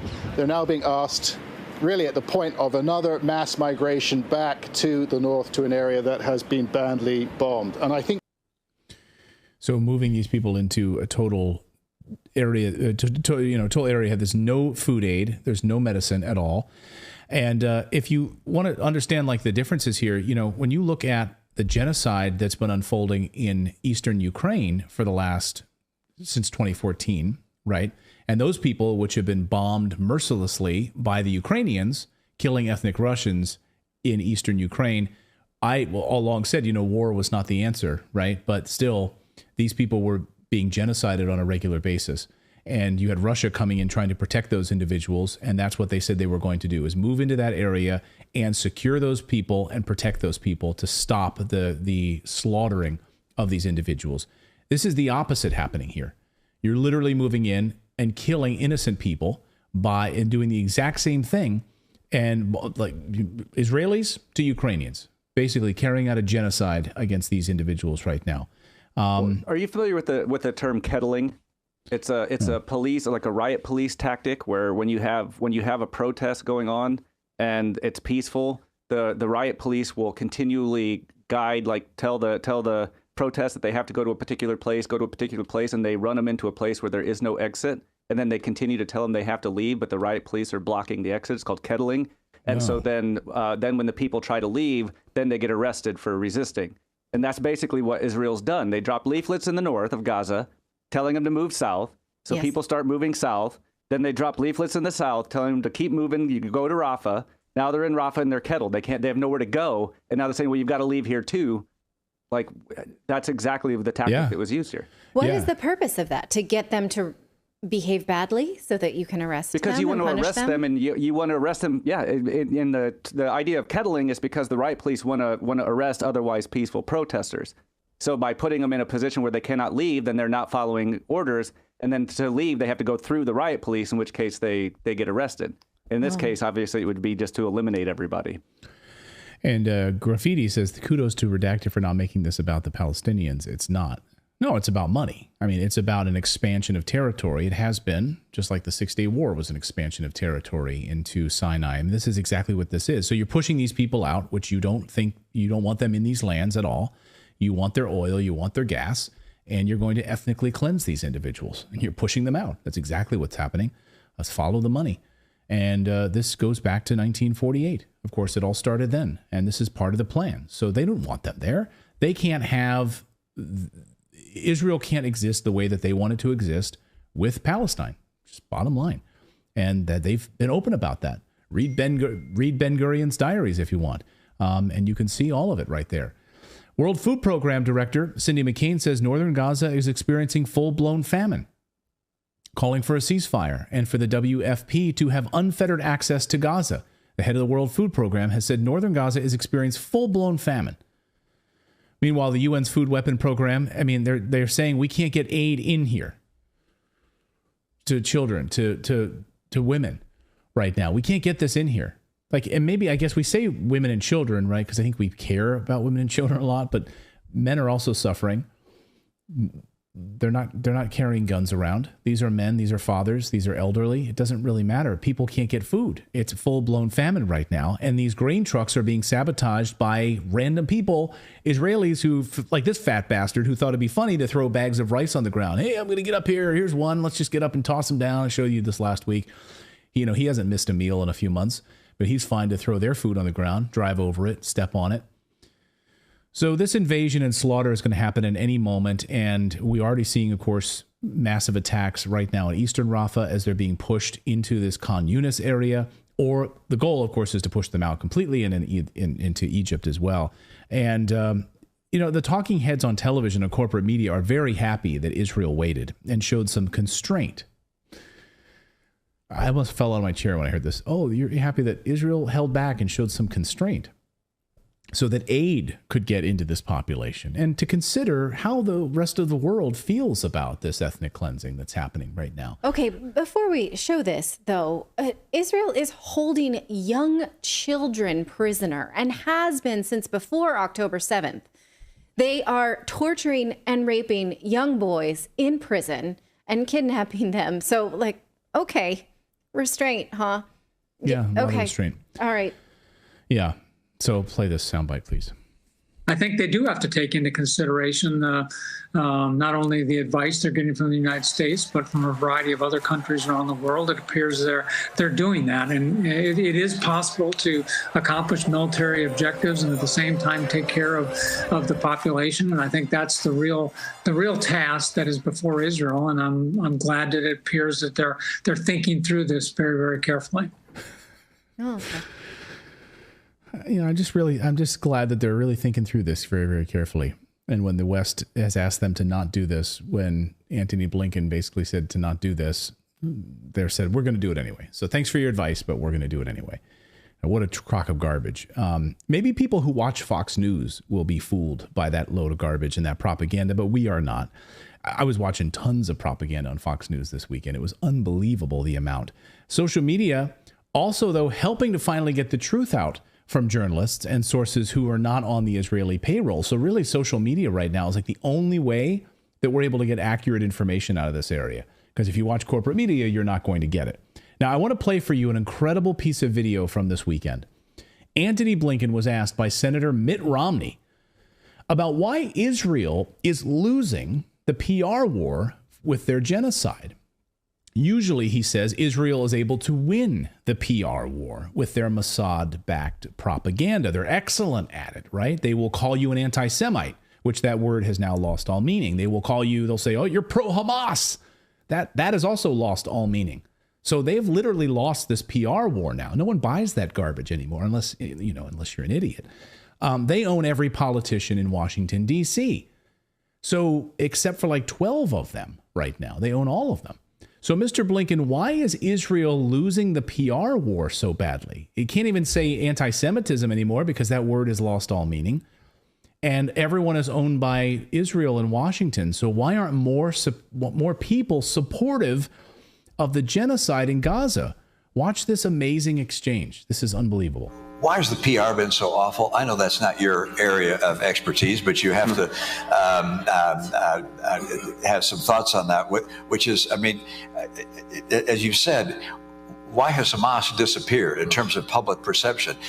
An offer is on the table to have a ceasefire, and yet the world is screaming about Israel. It's like, why aren't they screaming about Hamas? Accept the ceasefire, bring home the hostages. It's said it's all the other way around. I mean, typically the Israelis are good at PR. What's happened here? How have they and we been so ineffective at communicating the realities there? And we're on an intravenous feed of information with new impulses, inputs every millisecond. And of course, the way this is played out on social media has dominated the narrative. And you have a social media ecosystem environment in which context, history, facts get lost, and the emotion, the impact of images dominates. And we can't discount that. But because I think true. it also has a very, very, very challenging effect on the narrative. Yeah, a small parenthetical point, which is some wonder why there was such overwhelming support for us to shut down potentially TikTok or other entities of that nature. If you look at the postings on TikTok and the number of mentions of Palestinians relative to other social media sites, it's overwhelmingly so among TikTok broadcasts. So I'd note that's of real interest, and the president will get the chance to make action in that regard.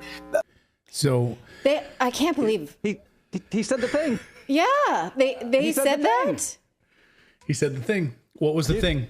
The thing that we talked about. We talked about this very specific thing when they were talking about when we did a story on banning TikTok. The conclusion that you came up with was basically like, this has nothing to do with Chinese spying and everything to do with Israel's influence in the United States, because Free Palestine was trending over support for Israel on TikTok. Yeah, and they think you're stupid. Out loud. They think you're stupid. They think you at home right now are stupid, that you would believe that it had anything to do with China. It had everything to do with Israel. They control Washington, D.C. And you can love the Israeli people. You can love the people that live in Israel, but you can hate the intelligence community and the governments that rule and want you to follow a certain narrative, right? We love human beings. You can hate governments, though. And you can hate Zionism. So access to facts and information is causing Israel to lose the PR war right now. So what remains of Palestinian women, children, teenagers, they'll be either killed or moved out of Gaza completely to Egypt or to the United States. That's part of the plan. So what's next for Gaza, though? Well, it's empty. It's totally destroyed. How are Israel and the United States going to steal the oil and all of the natural gas off of Gaza and to enrich the likes of BlackRock and Vanguard? Well, look no further than the brand new Gaza 2035 plan, which Netanyahu unveiled this weekend. Great timing, too. He's like, hey, we're about to destroy Rafah, totally eliminate about 1 million people. But here's a 9-page PDF for our plan. This is what we plan to do in Gaza, which is perfect. It's like we want to build our own Dubai in Gaza. Perfect timing. So take a look at this. This is the new Israel 2035 plan for Gaza. Look how beautiful that will look once they rebuild it and kick all of those all those dirty Palestinians out of there. Mm-hmm. And they'll build new rail infrastructure, new port infrastructure. It'd be easy access to all of that oil. And they'll be able to get all of this into the Middle East economy. So a place so devoid of Palestinians, of course, as they describe it. They describe it as a future where Gaza is de-radicalized from Islamism, transformed into a trade hub of prosperity and innovation, and integrated into the Middle East economy. So a place totally devoid of Palestinians, of course. According to the Jerusalem Post, the documents lay out 3 steps to return Gaza to self-governance and economic growth. The first step would see 12 months of humanitarian aid. Guess they're going to start at some point, when Israel would slowly create safe areas in Gaza from north to south. Then a second would be a 5 to 10 year reconstruction process supervised by a coalition of Arab states: Saudi Arabia, UAE, Egypt, Bahrain, Jordan, and Morocco. Egypt's going to love that because Egypt has so much money waiting and ready to go to put into this area. So does the United Arab Emirates, and so does Saudi Arabia. The plan is to move Israeli security responsibility to Israel, the Jerusalem Post writes, while the Arab coalition will create a multilateral body called the Gaza Rehabilitation Authority, the GRA, which would oversee the reconstruction. It's almost like they had this plan for a while, right? I mean, seems like they probably already had this whole thing mapped out a long time ago, don't you think? Or did they just dreamt it up last Thursday night? They have all these partners in place. They have the infrastructure plan. They have the train system plan. They have the ports already planned. They have the partners already lined up. They already have a name for it. They have a 10, 15-year construction plan all planned out. They must have just come up with it. Literally building the port right now. They're already building the oil port, as we featured last week on the show. But I love this part. The GRA is to be run by Gazan Palestinians and will take responsibility for managing the safe areas. The safe areas. Okay. Yeah, this will be done in coordination with the implementation of a Marshall Plan and a de-radicalization program. And the third stage will be termed self-governance, which will, of course, that's laughable. Under this plan, Israel would then retain the right to act against security threats. So they would get the right to act against security threats. So basically, there's no self-governance, and there's nothing in this plan about a Palestinian state, like a two-state solution. So that's totally out. There will not be a two-state solution at all. They will have total security control of the new GRA, this whole entire area, the entire Gaza Strip. So you're looking at your new Gaza Strip. It'll look a lot like Dubai. It'll be free of mostly Palestinians. And America, you're going to get a whole bunch of free oil and natural gas. And Israel, you're going to get billions of dollars in oil and natural gas. So this is your plan. And here you go. There's the new Gaza 2035 plan for you. So the Palestinians get to govern themselves, but Israel will be the police. Gotcha. Exactly. Yeah. So really, you know what that reminds me of? A Jewish ghetto. And how'd that go? Right. That's not desirable. Right. No one wants that. No one wants that. Well, somebody wants it. And that's why there's billions of dollars waiting to go there right now. Let us know your... An update on Israel's bombing of a tent encampment in Gaza. They did it again. 2 days after calling its May 26th bombardment of a Rafah displaced persons camp a tragic mistake, Israel continued to bomb Rafah yesterday, killing 29 additional Palestinians in the course of 2 different strikes. Per reporting from CNN, the first bombardment hit a displacement camp a mere 150 meters from the scene of Sunday's bombardment. The second strike is alleged to have happened in a southern coastal town called Al-Mawasi, which had also been designated a safe zone, into which thousands of Palestinians had been evacuated for safety. Israel has denied the Al-Mawasi attack. In addition to the bombardment, witnesses reported sighting Israeli tanks in central Rafah yesterday, raising questions about whether this, if not the bombing campaign, constitutes the type of ground offensive that Biden said would trigger his red line and provoke him to withdraw military support from Israel. Now, the answer from the White House is a clear no. At a White House briefing yesterday, National Security Council Communications Coordinator John Kirby was asked directly whether tanks moving into central Rafah constitute a major ground operation. Let's assess his response. Admiral, you've said repeatedly that the U.S. doesn't want to see a major ground operation in Rafah, but Israeli tanks just moved into central Rafah. How is that not a major military operation? Well, again, I don't want to talk about Israeli Defense Force operations, but my understanding is, and I believe the Israelis have spoken to this, that they are moving along something called the Philadelphia Corridor, which is on the outskirts of the town, not in the town proper. That's what the Israelis have said. We're not on the ground. Gabe, we're not there. I mean, we don't have troops that can look at every single soldier and where they are. We're going based on what the Israelis are telling us and what they're saying publicly and what we're able to discern as best we can. As you and I speak here today, we have not seen a major ground operation. And these tanks are moving along a corridor that they have told us previously that they would use on the outskirts of the town to try to put pressure on Hamas. Well, perhaps going on what the Israelis are telling him is in fact the problem. A Rafah resident told CNN, who is on the ground, that Israeli tanks were seen at the Al-Awada roundabout in the center of the city, not merely along the Philadelphia corridor, a buffer zone that runs along the Egypt-Gaza border. You can see how close the Philadelphia corridor is to El Awada, where the tanks were spotted in this map. Now, Michigan Representative Rashida Tlaib immediately called out the State Department's claim that it simply wasn't able to verify the presence of tanks in central Rafah, tweeting at Secretary Blinken, "You have eyes. Stop pretending you care with these idiotic statements coming out of the State Department." As you can see, her quote tweet includes a picture of a tank in central Rafah published by the Jerusalem Post. Now, the journalist at the State Department briefing did follow up on this, pointing out that an NBC crew on the ground also identified tanks in central Rafah specifically, not on the outskirts of the town. What did Kirby do then? Well, he moved the goalposts. NBC's crew in Gaza has described it as being central Rafah. If it were to be central Rafah, would that be considered a major? A single tank? A single tank with a dozen or so guys? And I mean, look, we're talking about,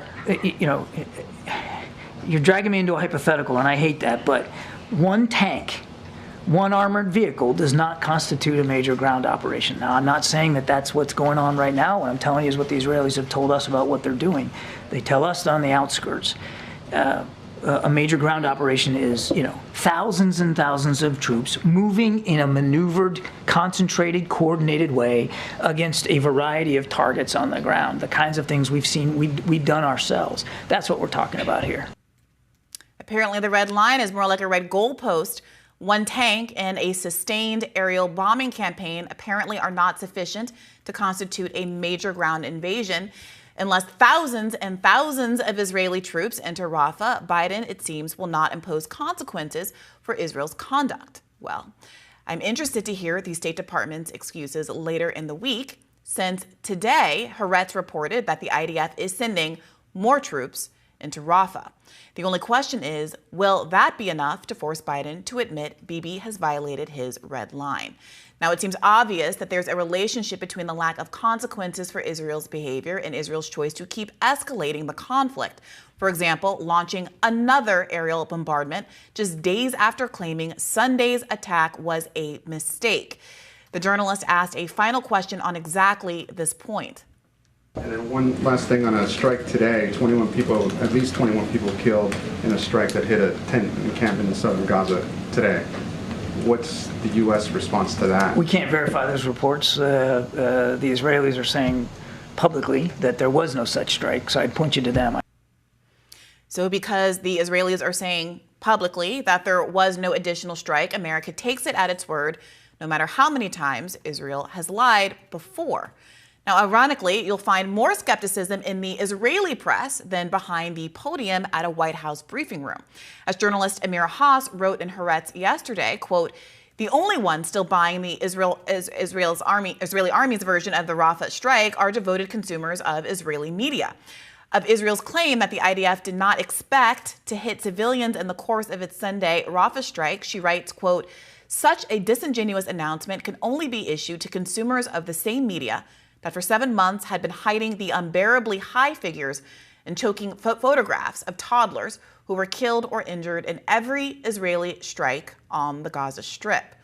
But no matter how unbelievable the State Department story is, that Israel made a mistake, that it's investigating itself, that Biden still does have a red line, the Biden administration spokespeople maintained their stance all through the tough questioning yesterday. Listen to this exchange between CBS senior White House political correspondent Ed O'Keefe and Kirby, in which he challenges Kirby on Biden's red line. How does this not violate the red line that the president laid out? As I said, we don't want to see a major ground operation.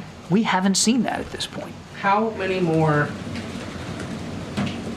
charred corpses does he have to see before the president considers a change in policy? We don't want to see a single more innocent life taken, and I kind of take a little offense at the question. Now, Kirby was offended by the question, how many charred corpses does it take for Biden to say Israel has gone too far? In fact, he seemed much more offended by the question than by the fact of the charred corpses to begin with. But here is why the journalists in the briefing room, many of whom repeated a version of this question, were unsatisfied. As I pointed out in yesterday's Radar, Israel has been tasked with investigating itself for decades. And the outcome of these investigations has been either total exoneration or admissions that mere mistakes were made, which don't warrant any consequences. An American journalist or activist or humanitarian killed, it's a mistake, but not one Israel has to pay for. In your view, is that likely to have an effect on Israel's conduct going forward? Moreover, if Israel keeps making these mistakes, snipers shooting journalists, doctors, and children in the head, bombing refugee camps and hospitals, why should America keep trusting this error-prone Amelia Bedelia of a country with billions of dollars and murder machines? As for Kirby's insistence that the Biden administration is monitoring the situation and that it's working behind the scenes to moderate Israel's approach, well, CNN's Abby Phillips played a supercut during her monologue last night that illustrates the empty redundancy of the Biden administration's regrets about the loss of Palestinian life. This was the Biden administration today. There should be no innocent life lost here as a result of this conflict. Israel must take every precaution possible to do more to protect innocent life. And this has been the administration since October. It's absolutely devastating to see the loss of life. Far too many civilians have been killed as a result of combat operations. We will continue to consult with our Israeli partners and urge them to take all necessary measures to protect civilians. We regret any loss of life, and any loss of life is tragic. We've engaged with our Israeli partners, have continued to encourage them to do everything possible to mitigate civilian harm. No one wants to see innocent civilians killed in this conflict, whether they be Palestinian or Israeli. And, again, we think it is tragic when any innocent civilian is killed, whether that's Palestinian, Israeli. We will continue to communicate with our Israeli partners on the importance of taking civilian safety into account in their operations.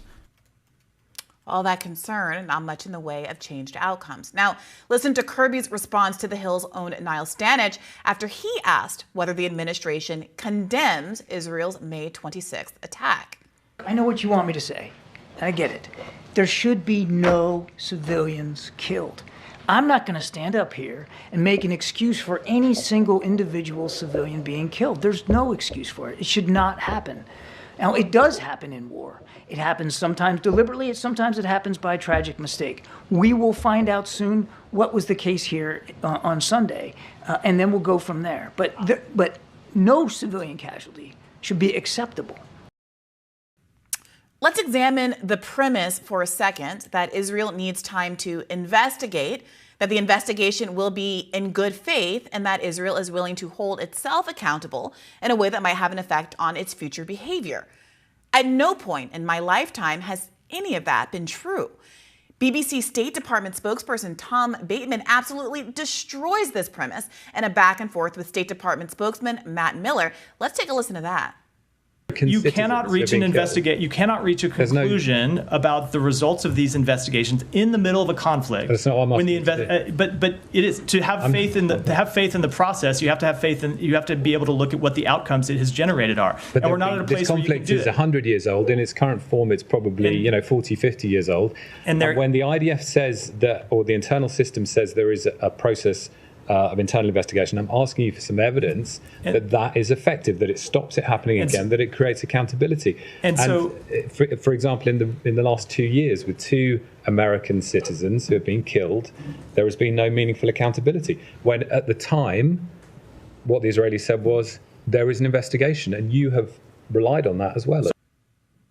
Now, as a rejoinder, Miller goes on to cite one instance in which Israel said it disciplined soldiers who sang a Jewish prayer at a mosque in Jenin in the West Bank, as though the scale of that offense and the choice to remove the soldiers from operational activity have any bearing on the thousands of deaths, displacements, and accusations of rape and torture currently hanging over the Israeli state. What about these cases? Murders in which Israel cleared itself of wrongdoing after an investigation. 6-year-old Hein Rajab was killed by the IDF in January. Essential food kitchen aid workers were killed on April 1st. The Intercept's Prim Tucker has repeatedly asked the Biden administration for updates on Israel's investigations and for accountability for Israel. And here's what our State Department had to say to him when he tried to follow up back in April. Thank you, Matt. It's been 110 days since journalist Samir Abu Daqqa was killed, 65 days since 6-year-old Hind Rajab, her family, the medics had to save her, were killed. Per Sean and other colleagues' earliest question, today should be Shireen Abu Akleh's birthday, our Palestinian-American colleague, my dad, killed in 2022. So I'm wondering if you have updates on not just the investigations, but actual accountability measures in response to these. And if not, how can this administration's approach of relegating things to months-long investigations while not changing policy, all as thousands more are killed, be a justified approach? So I would say that with respect to Shireen, I did speak to that a moment ago. But in terms of accountability, I know. We condemned her killing when it happened. We still condemn it now. There was an investigation conducted by the United States that found no reason to believe that death was intentional, but it is a tragedy nonetheless. With respect to investigations, and look, this is, I used to have to answer questions on behalf of the Justice Department that were very similar to this. Investigations in some cases take. Since then, not only have scores more Palestinians been killed, we now know that Israeli Mossad agents blackmailed and intimidated the former ICC prosecutor for years to keep her from pursuing accountability from Israel. This is the country that America is deferring to. And for what? At least one journalist did ask exactly that yesterday. For what? What do you say to Americans who want to know why their tax dollars are going to these strikes, which have been killing civilians? But we are seeing tanks in Rafah. We've now seen strikes continue to kill civilians, including children. Yeah. Just for, an average American who's watching their taxpayer dollars go to this, can you explain to them how this isn't a major military operation? Or just maybe it would help to explain what is a major ground operation when it comes to the Biden administration. I already did that, but I'm happy to do it again. Now, first of all, I am not the IDF spokesman, and this is not Tel Aviv. This is the White House press briefing room. And I am not, today or any other day, going to take it upon myself to speak to Israeli military operations, the planning, the intent, and the tactics that they're using. You should be asking Admiral Hagari that question. He's the IDF spokesman, not me. Now, Kirby may not technically be the IDF spokesman, but it is American bombs that the IDF is dropping on Rafah, and America's protection that enables Israel to stand alone against the international community, able to act with impunity. The bombs dropped by Israel on the tent city in Rafah were literally made in America by Boeing. So the question remains, what is America going to do about its closest ally, murdering civilians every day for over half a year? That answer, it seems, is that we're going to keep paying for it at the very least. Yeah, as I said earlier in the show, I don't think the line that, they're investigating and we need to let them investigate is going to put very many people at ease. That's not even an Israel thing. That's just government's investigating themselves for alleged wrongdoing. Fantastic. The Biden administration has put themselves in a difficult position by appearing to, or at least rhetorically saying, that they object to certain actions being taken by Israel in terms of the loss of civilian life. I think most people recognize that a lot of civilians have died, and it's really unconscionable and really horrible. It is, you could have the position, the Biden administration could take the position that we support what Israel is doing and we think the elimination of Hamas is worth this amount of suffering among civilians, and we, in fact, think we should support it monetarily with weapons and everything. But they're really not saying that. What they're saying is, we'll support it up to a point, but they can't do X, Y, and Z. But then they've clearly done X, Y, and Z, and it puts Biden in, the administration at least, in this weak position of saying, we said we support them, but they can't do this. But they do this anyway, and we're going to hem and haw about it and hope there's an investigation, and that's good. Nobody is. Is anyone persuaded by that? I don't think anyone's persuaded by that. Yeah, the shift from it can't be a ground invasion to, there's tanks on the ground now. Is this permissible? It can't be a really big ground invasion. Exactly. Yeah, it's not working. Yeah, I mean, I don't, regardless of what's going on, I, as a kind of America first non-interventionist, would rather us be minimally as uninvolved as possible, and we should stop funding what's going on. And I think that would be the correct course of action, but it's certainly not one Biden wants to take, and so he's in this position. One thing that's so interesting to me is that this strategy has worked for a very long time. I mean, I really take your point that there is healthy skepticism about any institution governing itself. I think it's part of why, speaking of Boeing, when we were talking about some of those episodes of Boeing malpractice, Boeing being put in charge of its own self-review was the beginning of a lot of the problems that we're seeing today. So, I accept that. But politically and rhetorically, this strategy has been working for Israel. And you heard it a little bit with the Matt Miller response when he was asked about, when has Israel ever been accountable before? When have any of these investigations actually resulted in a change in policy? And the thing that he pulls out of the ether is this one example of some IDF soldiers who were kind of making a mockery of Islam by doing Jewish prayers in a mosque. Okay. One, I mean, I'm not saying it's right to do that, but in terms of comparing it to all the other kind of charges that we're concerned about here, it's the most de minimis thing. Trivial. And it's very easy to hold somebody accountable for something that deserves very little punishment in the grand scheme of things. You don't throw someone in jail for that.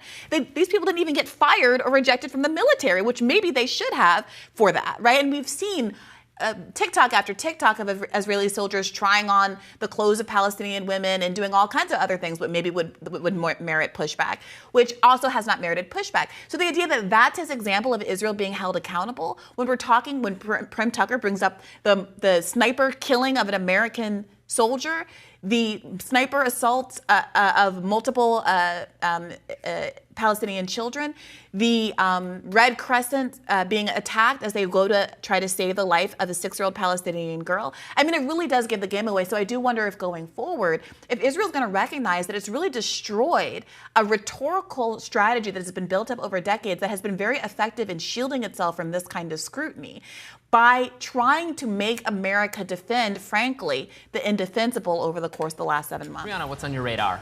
Well, Robbie, it was supposed to be a safe zone.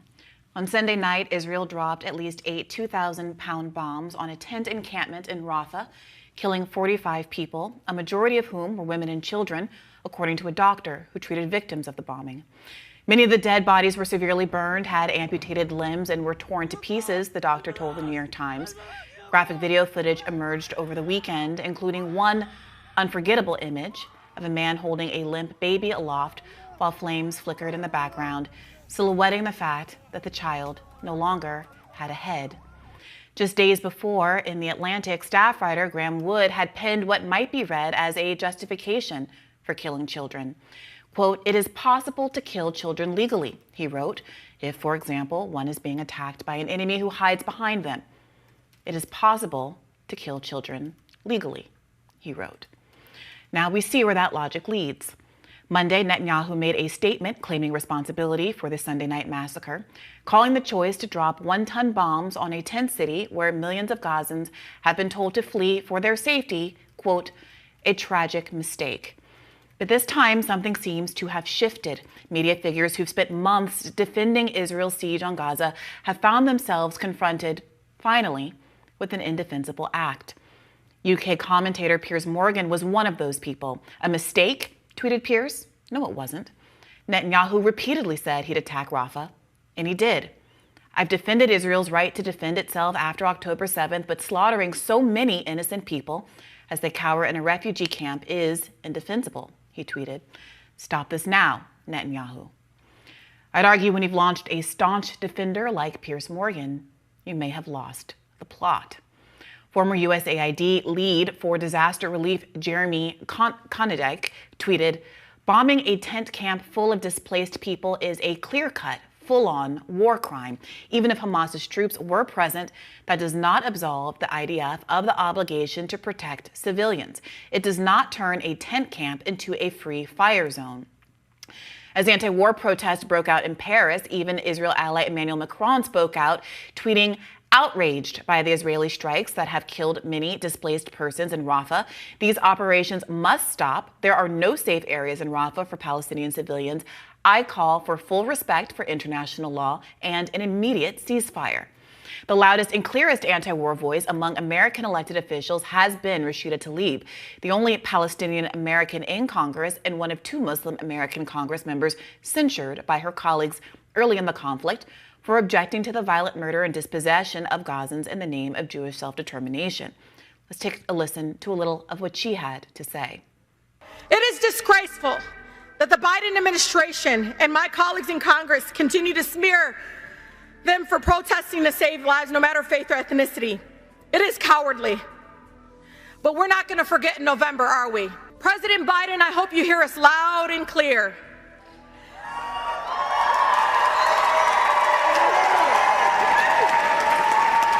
Attacking the authority of the International Criminal Court and interfering in the legal process is nothing more than an attempt to prevent the genocidal maniac Netanyahu and his senior Israeli officials from being held accountable for those crimes against humanity.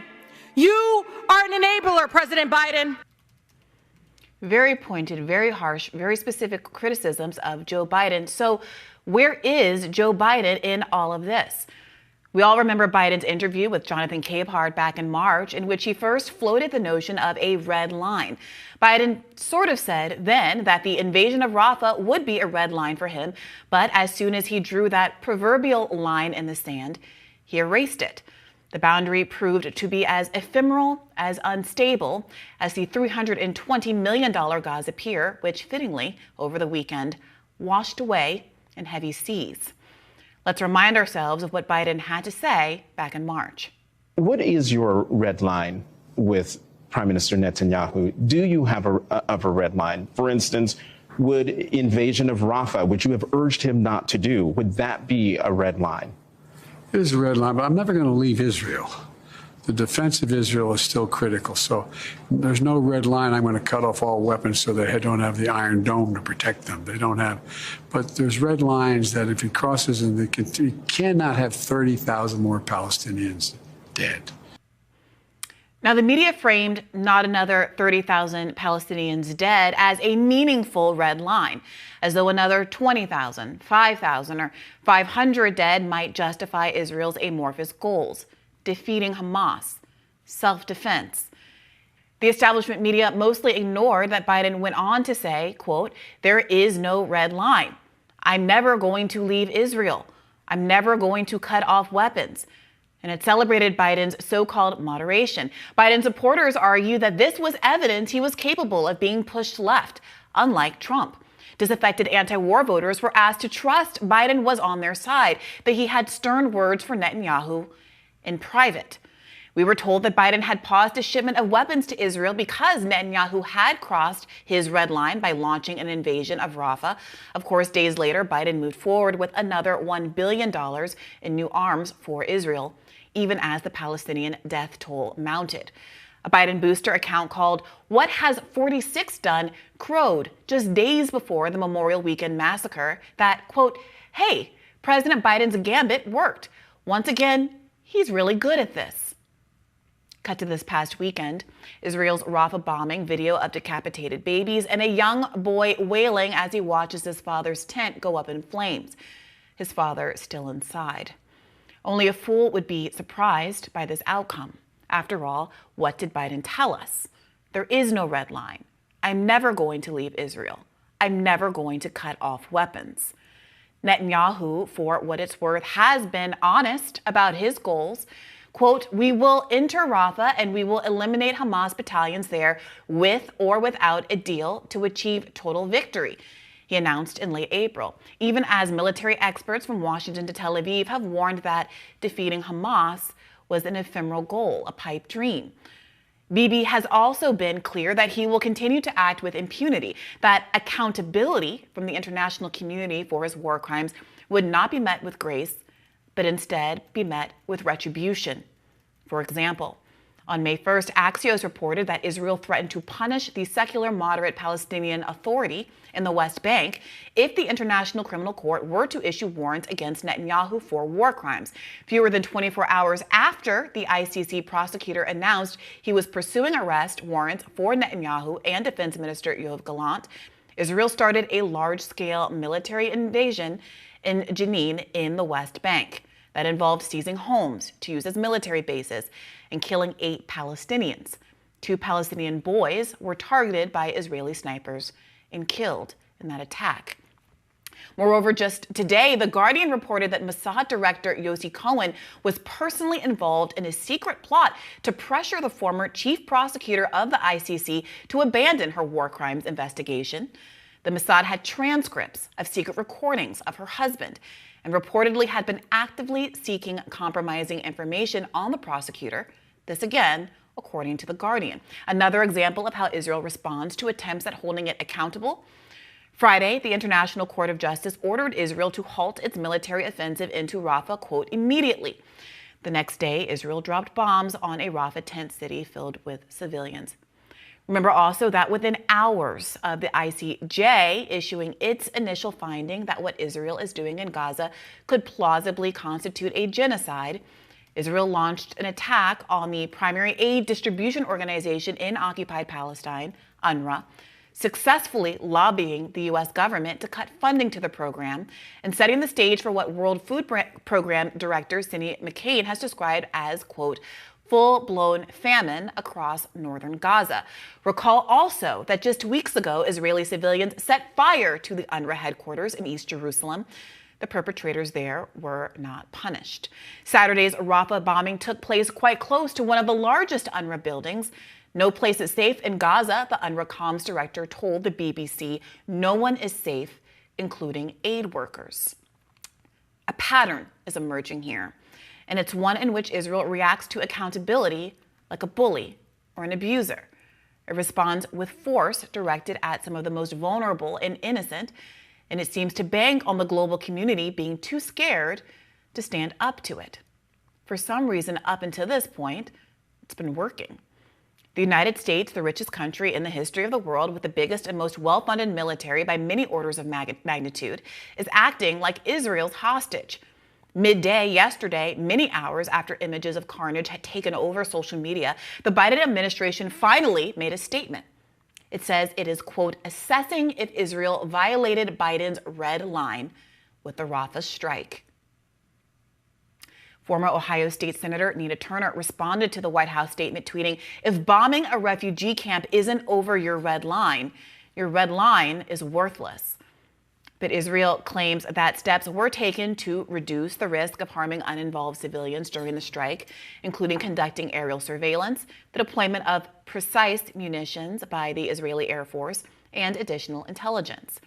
Israel is investigating the incident, much like they investigated themselves over a 2015 missile attack of 4 children on a Gaza beach, for which Israel exonerated itself. Just like Israel investigated itself over the 2014 Black Friday bombing campaign, which also involved military strikes in Rafah. It resulted in 200 dead in what Amnesty International described as an indiscriminate attack, hitting cars, ambulances, motorbikes, and civilians attempting to flee. Just like Israel investigated the sniper shooting of American journalist Shireen Abu Akleh, much like Israel investigated the death of American peace activist Rachel Corrie, who was run over by an Israeli armored bulldozer and crushed to death, that too was deemed a mistake by an Israeli court. Just like Israel is investigating the World Central Kitchen targeted bombing, another accident. While Biden is still assessing Israel's behavior, and most major Western media outlets are running with the tragic mistake framing, I do take some comfort in the fact that more people do seem to be rejecting Israel's do crimes first, get absolution later approach. But if there is any chance at pressuring Biden, it will come from people like Tlaib, who are willing to buck partisan allegiances to apply direct pressure on Biden, not from politicians like Elizabeth Warren, who are willing to tweet out criticism of Netanyahu even when they voted to send him more American weapons and remain silent on Biden's complicity. Biden said his red line is, quote, not another 30,000 dead. Well, the death toll hasn't budged in months because Israel has bombed and destroyed nearly every institution with the capacity to keep count. So who knows how many are really dead? The question, though, shouldn't be what's the real death toll. It should be obvious by now that by any moral metric, the red line is in the rearview mirror. The only question then is how to stop a genocidal actor and his accomplice, Biden, who happens to have the biggest army in the world at his disposal and no boundaries to be seen. I mean, I think watching this is just horrible. All of the images coming out of Rafah, the deaths of so many innocent people caught in this war, and as you pointed out, people who have, like Piers Morgan, for example, who have supported Israel's right to retaliate after being attacked and to remove Hamas. But how many innocent people can be allowed to die in that effort before there's a change of course, particularly when, and this is where I think it's incumbent on the U.S. to get itself uninvolved in this as quickly as possible, because this will inspire violence and extremism and blowback against the U.S. if we're seen as the funders of these horrific attacks on innocent civilians. So this is a moment to certainly call for restraint and call for the U.S. government to reevaluate its unconditional military support for Israel, which is something I've said from the beginning, but only becomes more obvious at times like this. Yeah, I mean, it's difficult because I think that's right. I also think that a lot of people saw that this was going to be the obvious outcome immediately after October 7th. But people who cautioned that there was likely to be a disproportionate Israeli response and that America should put guardrails on what the reaction should be were told that they were basically supporting Hamas, that they were indifferent to the tragedy of all the civilians who lost their lives, who were killed by Hamas on October 7th. And that to exercise any sort of restraint was to undermine Israel's right to exist or be dismissive of the Jewish right to self-determination or all of these other kinds of fig leaves that really obscure the question of how many Palestinian lives do you think it's right for Israel to take in retribution for what happened on October 7th, especially given that these are not targeted attacks. The civilian ratios are widely out of skew with what we've seen in similar kinds of conflicts in the Middle East. And that now we've been going on in this way for 7 months, and red line after red line after red line has been crossed with not nary a flinch from the Biden administration. And even now, I mean, we started the show by talking about, how was our Memorial Day weekend? I mean, my real answer is it was very difficult to focus on anything else once this bombardment started because social media was consumed with images that are many of which are too awful to show, or at least to show unblurred here on this program, including the one of a man holding up a baby that's literally without a head. And after months of hearing people lie about 40 beheaded babies, to hear Joe Biden lie multiple times about the existence of 40 beheaded babies, Israeli babies that never manifested, to hear all this silence about what we're seeing on camera is galling. And for America's response after all of this time to just be, we're evaluating whether a red line is crossed. I mean, hopefully the fiction of there being any kind of red line is now out the window. And that being the case, what does that mean for Joe Biden, who's endorsing this, tacitly or explicitly endorsing this kind of funding? Funding, yes, absolutely. But this kind of conduct when he's in the middle of an election here. I mean, it's not worse if he doesn't endorse it, but it's, in some sense, if he's against it but is continuing to fund them anyway, there's no insanity. American tax dollars can be put to any purpose, and no matter what they do with it, even if we don't like it, we're just going to shut up and deal with it. I don't think that's satisfying to people, regardless of their... And so that's just one thing. I do want to put a really fine point in the fact that a lot of people are now coming out and saying what Netanyahu is doing is wrong.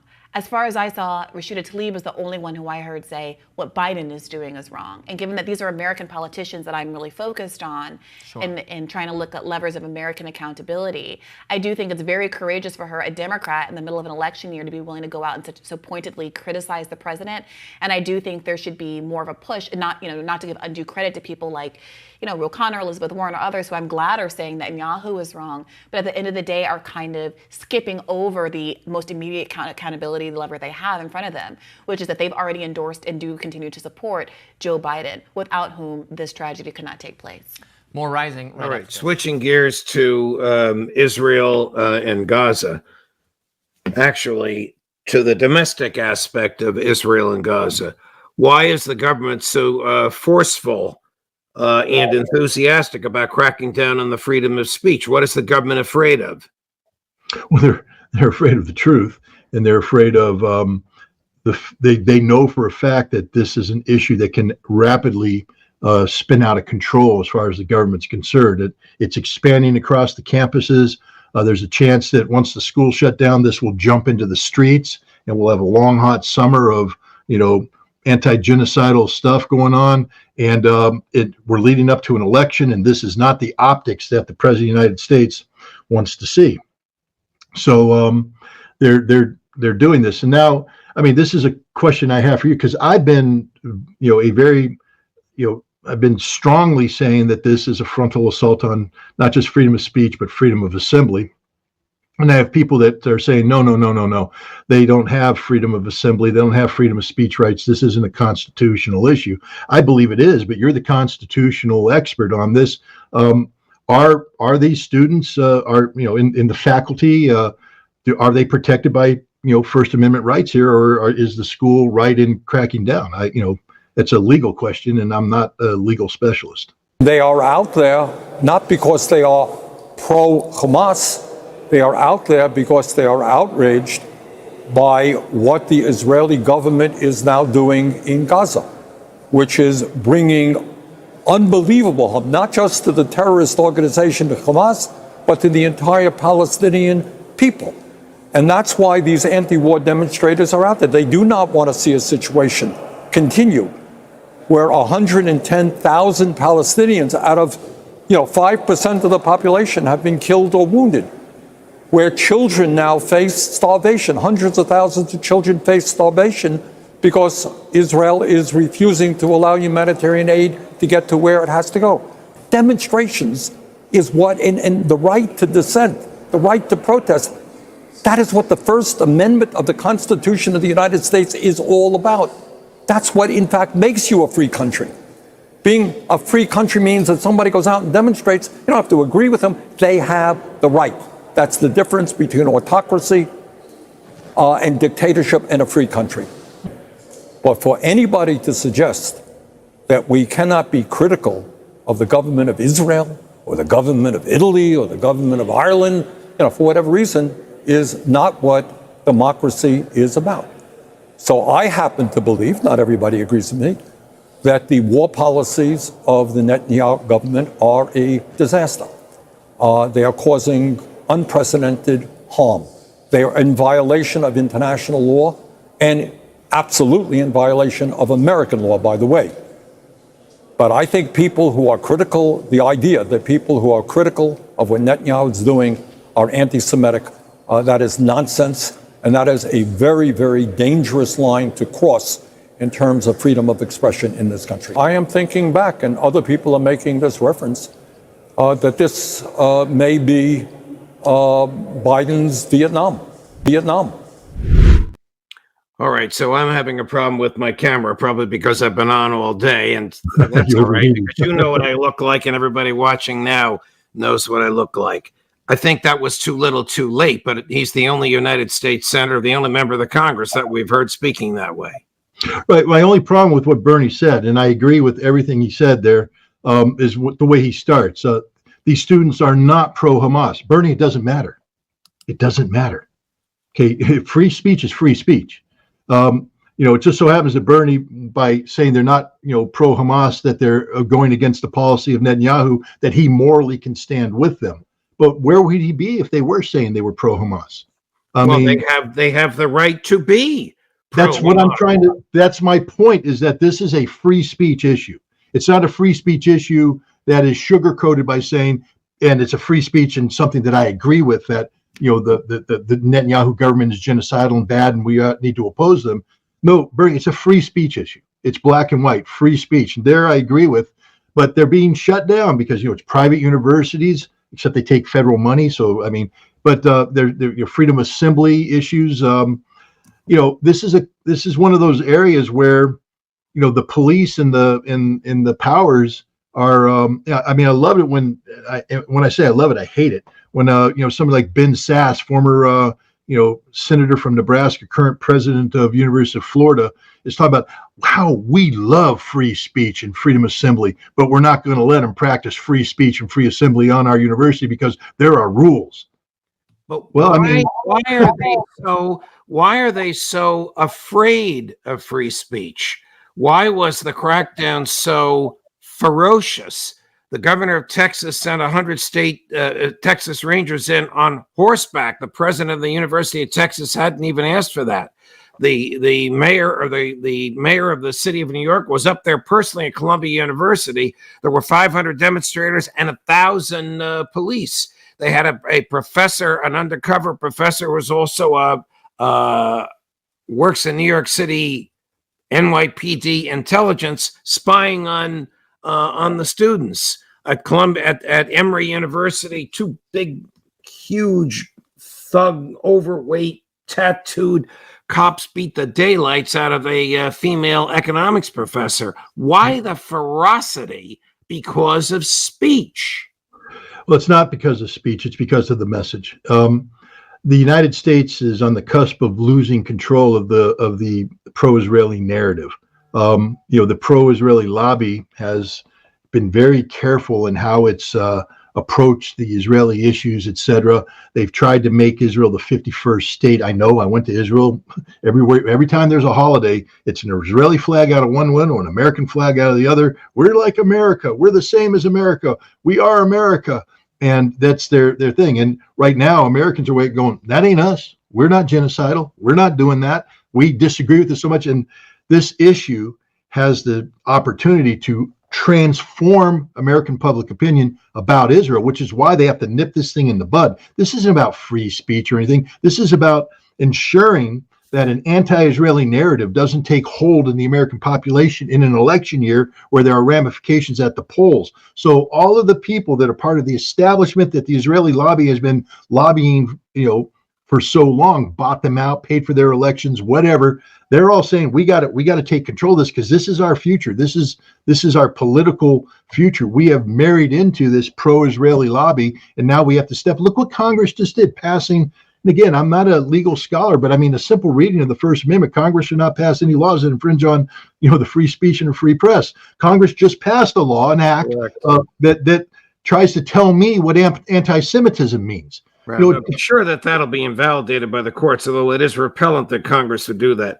Switching gears to our last topic, what do you think about 12 thugs who would say in writing to a prosecutor, target Israel and we will target you. We will sanction your employees and your associates, bar you and your families from the United States. You have been warned.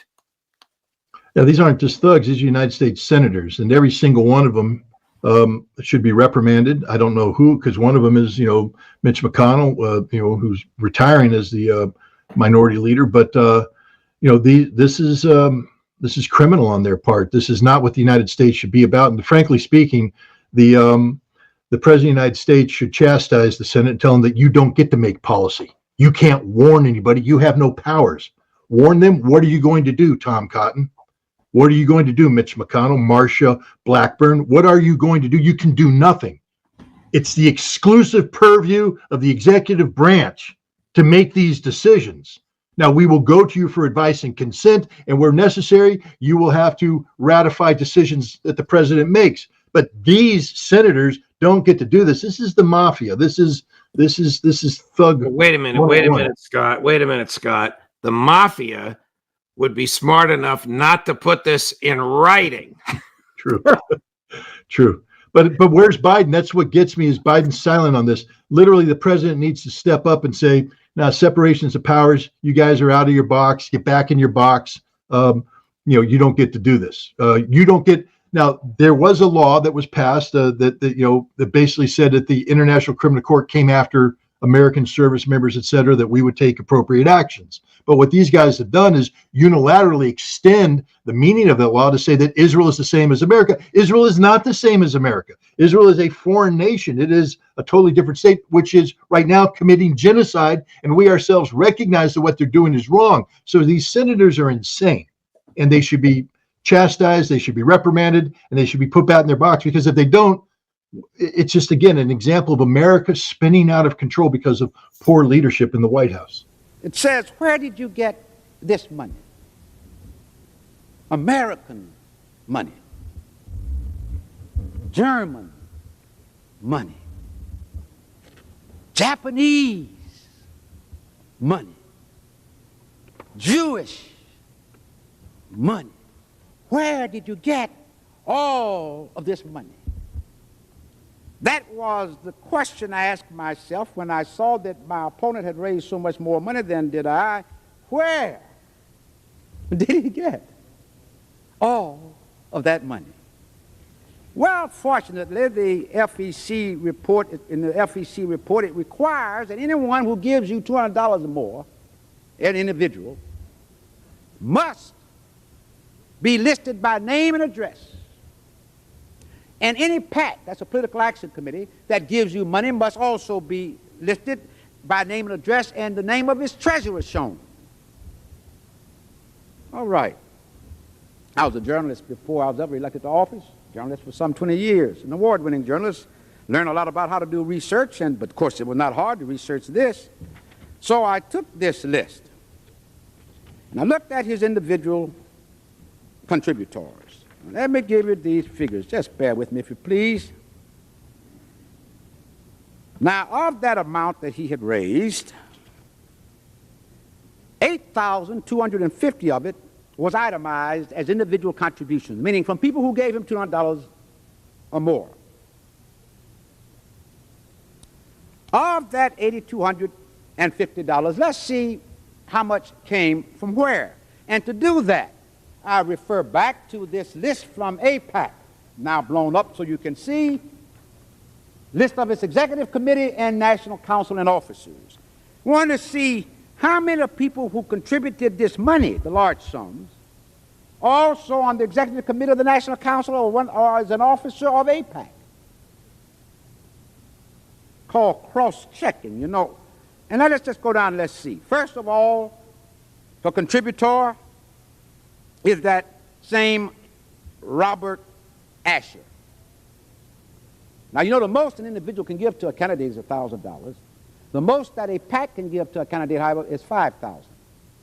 Private corporation cannot give money. Unions cannot give money out of union funds.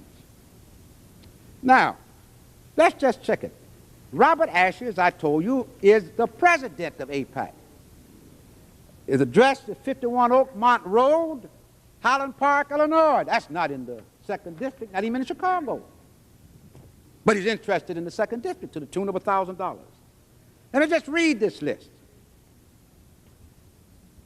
Mary Jane Asher, $1,000, Highland Park, Illinois. Daniel Asher, $1,000, Highland Park, Illinois. Howard David Sterling, Beverly Hills, California, $250.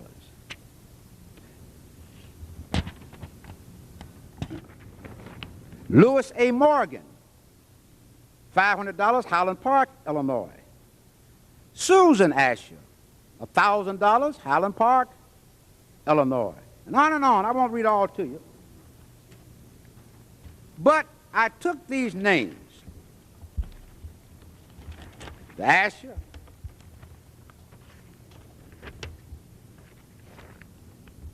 Robert Adler, $500. Robert Adler. Louis Morgan,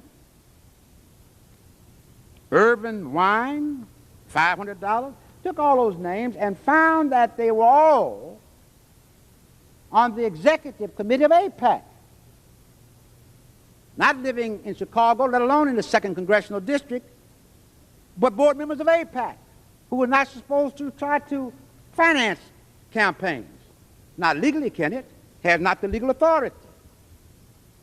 And when I added it all up, as you can if you like to check these, because everything I've mentioned here is available to you, AIPAC's list, the FEC report of my opponents, all this is available to you. I added it up, and it showed that of the $8,250 from individual contributors, itemized amount of contributors, 6,750 were from these. In other words, 82%. I'm not saying that he got a few contributors who liked AIPAC or loved Israel or to give him some money. Nothing unusual or odd about that. But not 82% of all of those contributions for people affiliated with AIPAC, one organization, not in the 2nd District. Primary purpose, concerned about the interests of a foreign nation. Now, from PACs, political action committees, people organized to give money to campaigns. He received from those $20,500. So I wanted to check to see what PACs. Well, you have, again, all of this is easy if you know your research, and I'm hoping you follow me so you can practice some of this yourself. It's surprising what you can learn sometime, just a little time. The Almanac of Federal PACs, published right here in Washington. This is a reference book. Lists all the PACs and their officers. But more than that, it groups them by purpose. If you have a good labor record, such as I do, you'd want to naturally want to solicit funds from the labor unions. So they'll list all the labor unions, and you go and solicit your money. It also groups them by whether they are pro-Israel or not. Almanac of Federal PACs, 1990. Let's see here. Says the emergence of a network of pro-Israel PACs as an important source of campaign funds for federal candidates has become an issue of intense controversy, even among American Jews who want to promote Israel's security but don't want to be perceived as being driven by a single issue. I didn't say that. That's what this book says. There was little doubt that contribution decisions are centralized either through a formal or informal arrangement, and then it proceeds to list these pro-Israel PACs. It says it is well documented that many of the pro-Israel PACs were created with AIPAC's encouragement. AIPAC, despite its name, is not a PAC but a lobbying organization. Under federal election law, PACs are deemed to be affiliated if they are established, directed, or controlled by a common organization, or if they have the same officers, vendors, or contributors. Then it lists these pro-Israel PACs affiliated with AIPAC. So I took this list, you see, and compared it to his list of PAC contributors, the total of which he received $20,500. Let's see how much of that $20,500 came from these pro-Israel PACs affiliated with AIPAC. AIPAC, of which most of you have never heard, but influences who represents you in this august body. Now let's go and let's take a look. PACs. $5,000 to Reynolds for Congress from the Joint Action Committee PAC. Joint Action Committee PAC listed right here. Let me get your list here. Wait, that's my listed right here. Joint Action Committee PAC, Highland, Illinois, affiliated with AIPAC, pro-Israel PAC, according to this almanac. This reference work, rather, that I did not write. Washington PAC, $1,000 to Reynolds for Congress, Morris, Amate, Treasurer, Washington, D.C. In this list, multi-issue PAC, $1,000, Highland Park, Illinois, in this list. Citizens Organization PAC, $5,000, Los Angeles, California, in this list. Ain't got to the second district yet, you notice. Listen to these names. Nothing says anything pro-Israel in these names. Obscure names. Why? Citizens Organization PAC, Los Angeles, California, $5,000. Hudson Valley PAC, Spring Valley, New York. Interested in the second district? Spring Valley, New York. No steel mills up there. $1,500, Reynolds for Congress. Americans for Good Government, $1,000, Jasper, Alabama, in this list. East Midwood PAC, $250. Garden State PAC, Union, New Jersey, $1,000 in this list. Desert Caucus PAC, Tucson, Arizona, $1,500 in this list. Heartland PAC, Cleveland, Ohio, $2,500 in this list. What does it all mean? It means of the $20,500 that he received from PACs, $19,750 came from PACs with obscure names affiliated with AIPAC, an organization whose main concern is the interests of Israel, not America. Be that interest good or bad, right or wrong, but a foreign government. That amounts to 96% of all his receipts from PACs. That means practically all of that money in that purse, or his purse, practically all came indirectly from AIPAC. More than 9 of every $10 of the money for one to challenge me in the 2nd District of Illinois, where Israel's interests are far from being primary. Now, let me say something about my position regarding Israel. May explain the concern, but certainly doesn't justify a body with no legal right to do so, whose primary concern is a foreign nation rather than the interests of America, trying to determine the outcome of an American election for Congress. That, my friends, Mr. and Mrs. America, is dangerous indeed.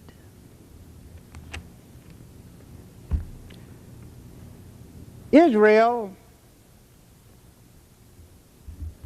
receives almost 1/3 of all of the United States foreign assistance.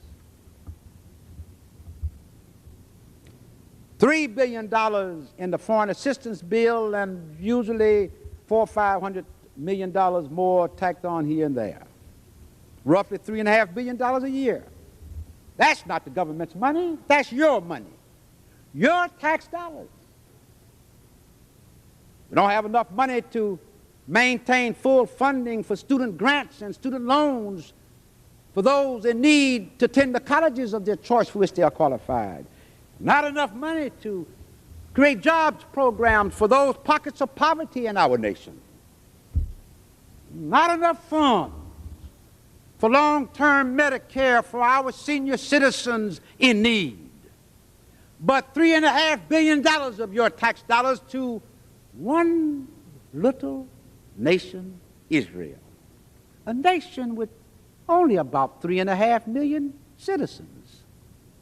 That means then that you are giving $1,000 a year to every man, woman, and child citizen of Israel.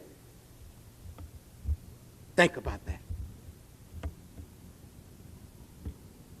Now, since I am particularly concerned about the welfare of the third world, since it is the poorest part of our earth, one that on which we are dependent and benefit greatly, this nation will benefit greatly from the natural resources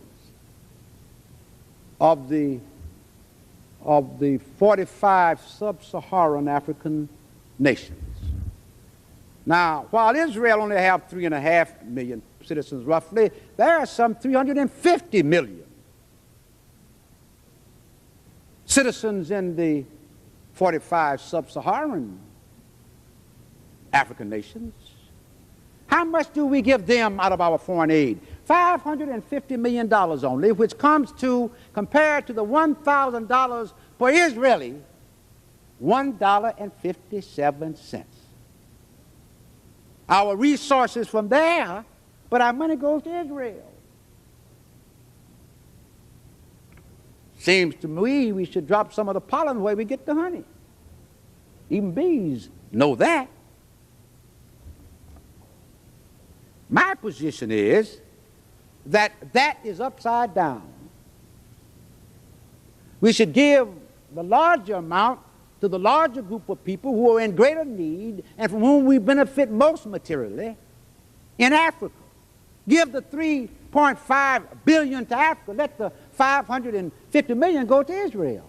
But more than that, $1.8 billion of that $3.5 billion is for war, military aid.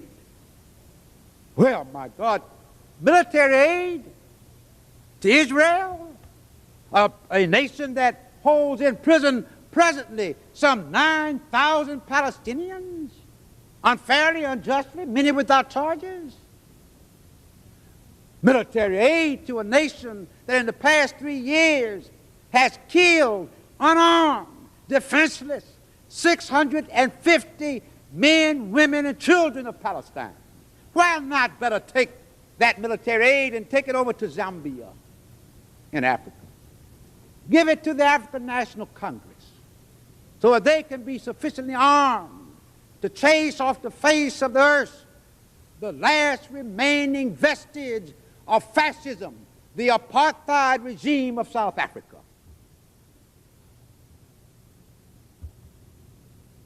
That's my position. Now, someone said, well, Gus, you receive money from PACs, almost always labor PACs, but PACs, organized labor unions. So the checks often come out of Washington, D.C. That's not the second district. Why isn't that the same? It's not the same because American trade unions do not represent the interests of a foreign power. They represent the interests of American workers. That's an American interest. And some 40,000 citizens of the 2nd District of Illinois are members of trade unions. Because I said to you, that's an industrial district. And PAC contributions, while maybe from Washington, come on the recommendation and request of their local affiliates. United Automobile Workers give you a contribution from here, but it's because of this recommendation from its Region 4 back in my district. So it has a right to be involved, and its interests are not un-American. It is not putting the interests of another nation above its own. No comparison, indeed. And now,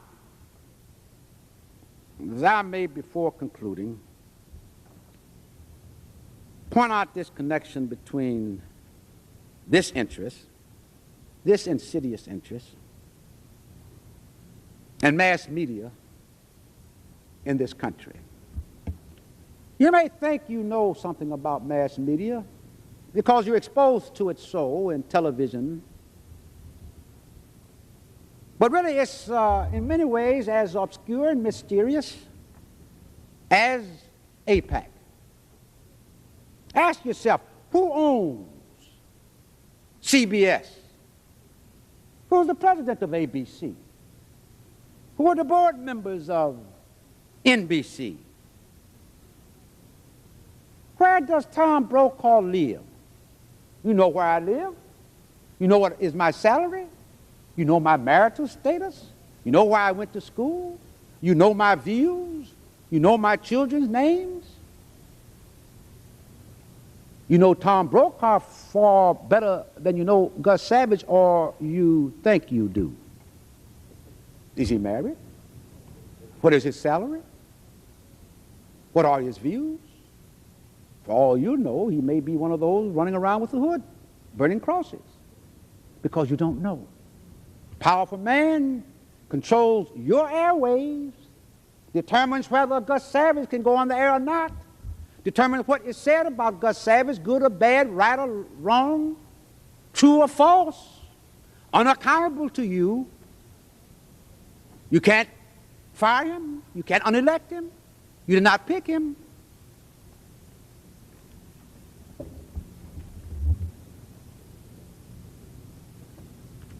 I want to say something about the campaign coverage because it was rather strange. May not be coordinated by AIPAC, but the apparent influence of a network of reporters across this country in the major daily newspapers and the television stations operating in the same way, telling the same lies simultaneously, makes one wonder. My campaign, Chicago Tribune, that's a major daily newspaper, largest circulation in Chicago, has a Pulitzer Prize columnist named Mike Royko, wrote a column during this campaign strongly condemning me, and falsely so. Said in the column that I had phoned him and told him that what appears to be my concerns are really false. I'm not really concerned about civil rights and racism and so forth in America, so I just use that to help stir people up. And he said when I told him that on the phone that he felt this, and then he told me what he said to me and what I said back and what he said and so. But the problem is I've never talked to Mike Royko in my life, by phone or otherwise. In other words, he made up the column. When I protested to the editor of the Chicago Tribune and said, look, I never talked to this guy in my life. How could he write this falsehood? Would you ask him to retract it or explain it or prove it?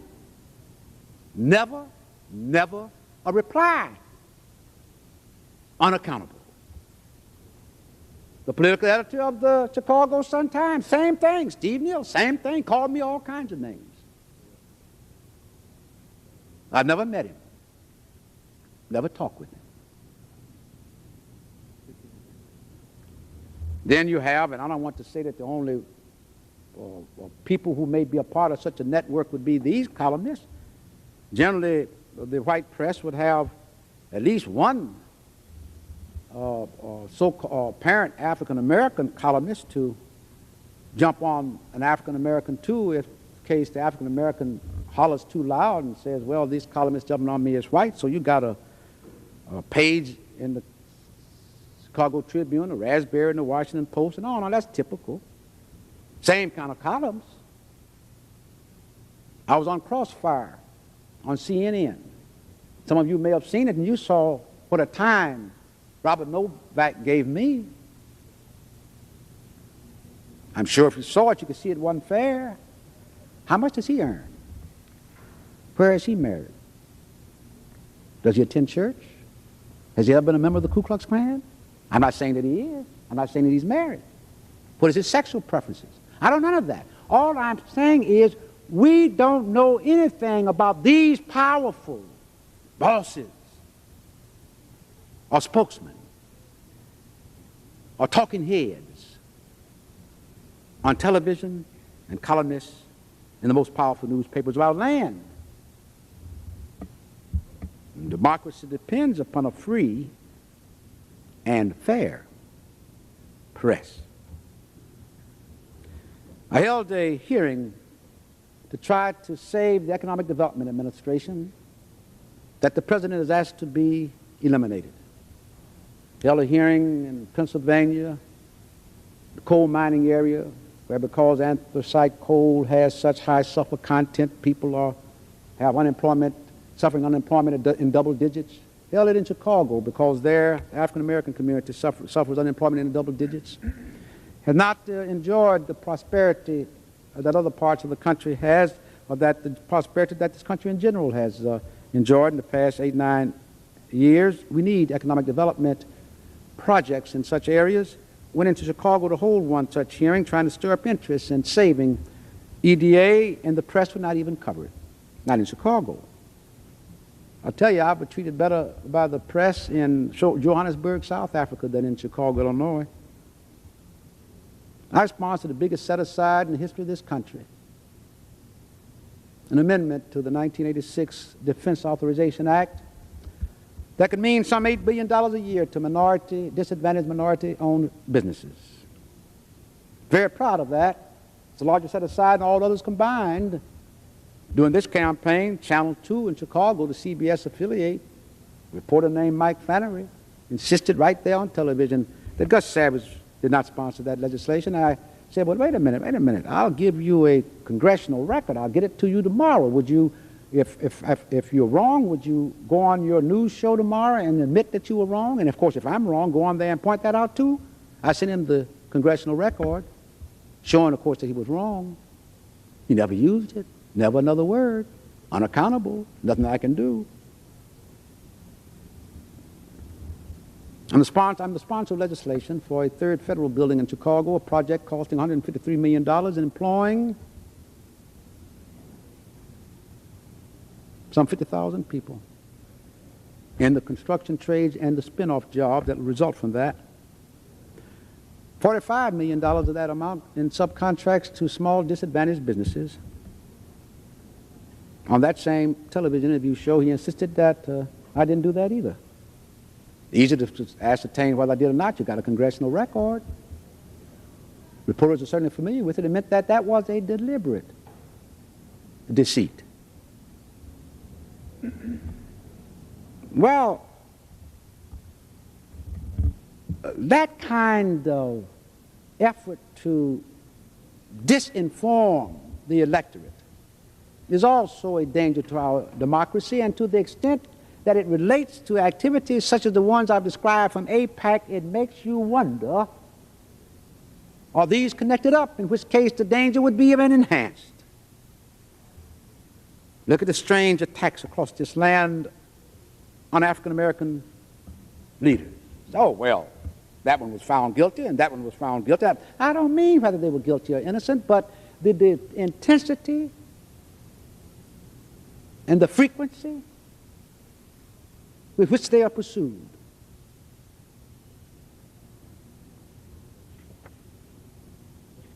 Finally, let me say that I hope I've given you enough information already to cause you some concern. We operate in an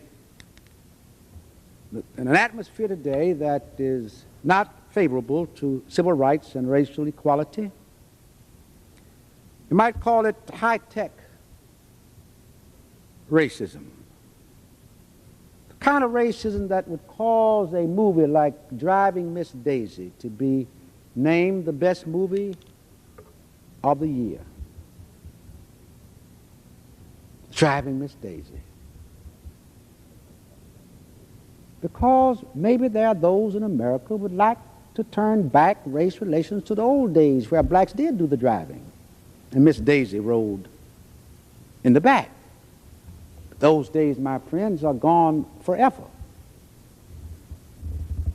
Some of us may have to drive Miss Daisy, but we don't love it.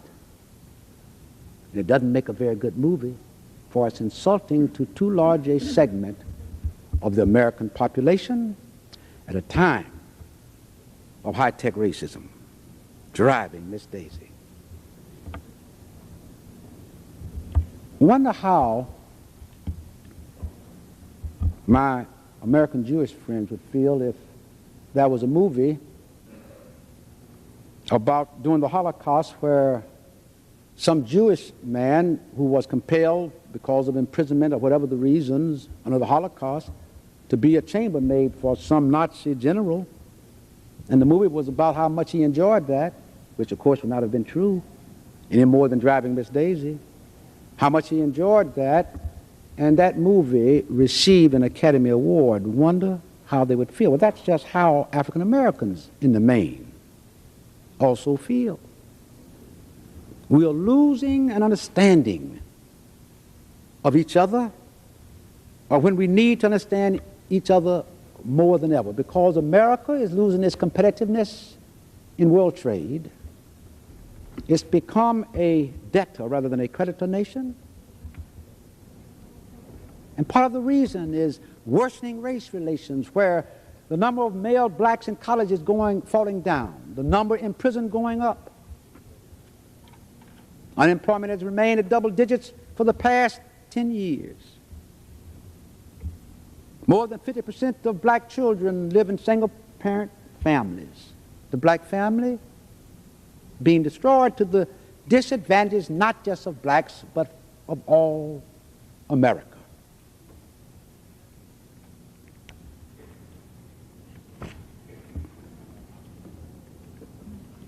We may have a nation that operates in such a way, this high-tech racism, that when a black becomes Miss America, that the first thing that black feels is necessary to say is that being black is the very least that I am. If you were Irish, Swedish, Jewish, you happened to win Miss America, how would you feel if the Irish victor got up and said, the least thing I am is Irish? Or the Jewish victor said, the least thing I am is Jewish? Why does she feel such compulsion? It's because she's trying to survive in this high-tech racist society. And so they create an image of me, a myth that's no more accurate, no more real than Heathcliff Huxtable. You know, in the South, I understand after World War II, and I'll tell you this little bit and I'll be through. In the South, after World War II, they said that a black veteran, back then in the South, often lynch mobs would come after blacks. So a lynch mob came after this black veteran, and he still had his M1. And he was a sharpshooter, shot down 17 of the mob before they got him. And guess what? You would think they had taken him out and lynched him twice. But no, they didn't. Didn't even arrest him. Didn't put him in jail. Instead, they put him in the insane asylum. Hi, everyone. Judge Andrew Napolitano here for Judging Freedom. Today is Monday, May 6, 2024. Scott Ritter joins us now. Scott, it's a pleasure. Thank you for joining us. I want to talk about a variety of topics: the suppression of free speech in the United States, the coming invasion of Rafah, the compulsive fear of criticism of Benjamin Netanyahu, and the latest in Ukraine, and I'll start there. Do you think President Putin is running out of patience, or will he continue his methodical war of attrition, no matter what Emmanuel Macron says, no matter what David Cameron threatens, no matter what Tony Blinken promises?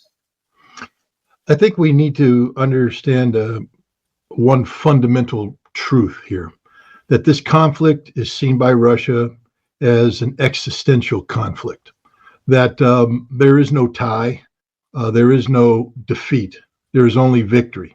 And they have put together a plan to achieve that victory, and they're on the cusp of that happening right now. As we speak, the Ukrainian army is disintegrating at the front. This is sending waves of panic through NATO, et cetera. And this is why you see, Emmanuel Macron talking about the need to send French troops if the Ukrainian line collapses. Well, it's collapsing right now. David Cameron making similar statements. Russia has a plan. They have mobilized the troops. They have trained the troops. They have the military, conventional military, to achieve this objective. As I was told by a general earlier this year, major changes on the map in May and probably game over by the end of the summer. And that's the trajectory they're on. The problem is you have the West saying insane things, such as if the Ukrainian line collapses, NATO troops will intervene.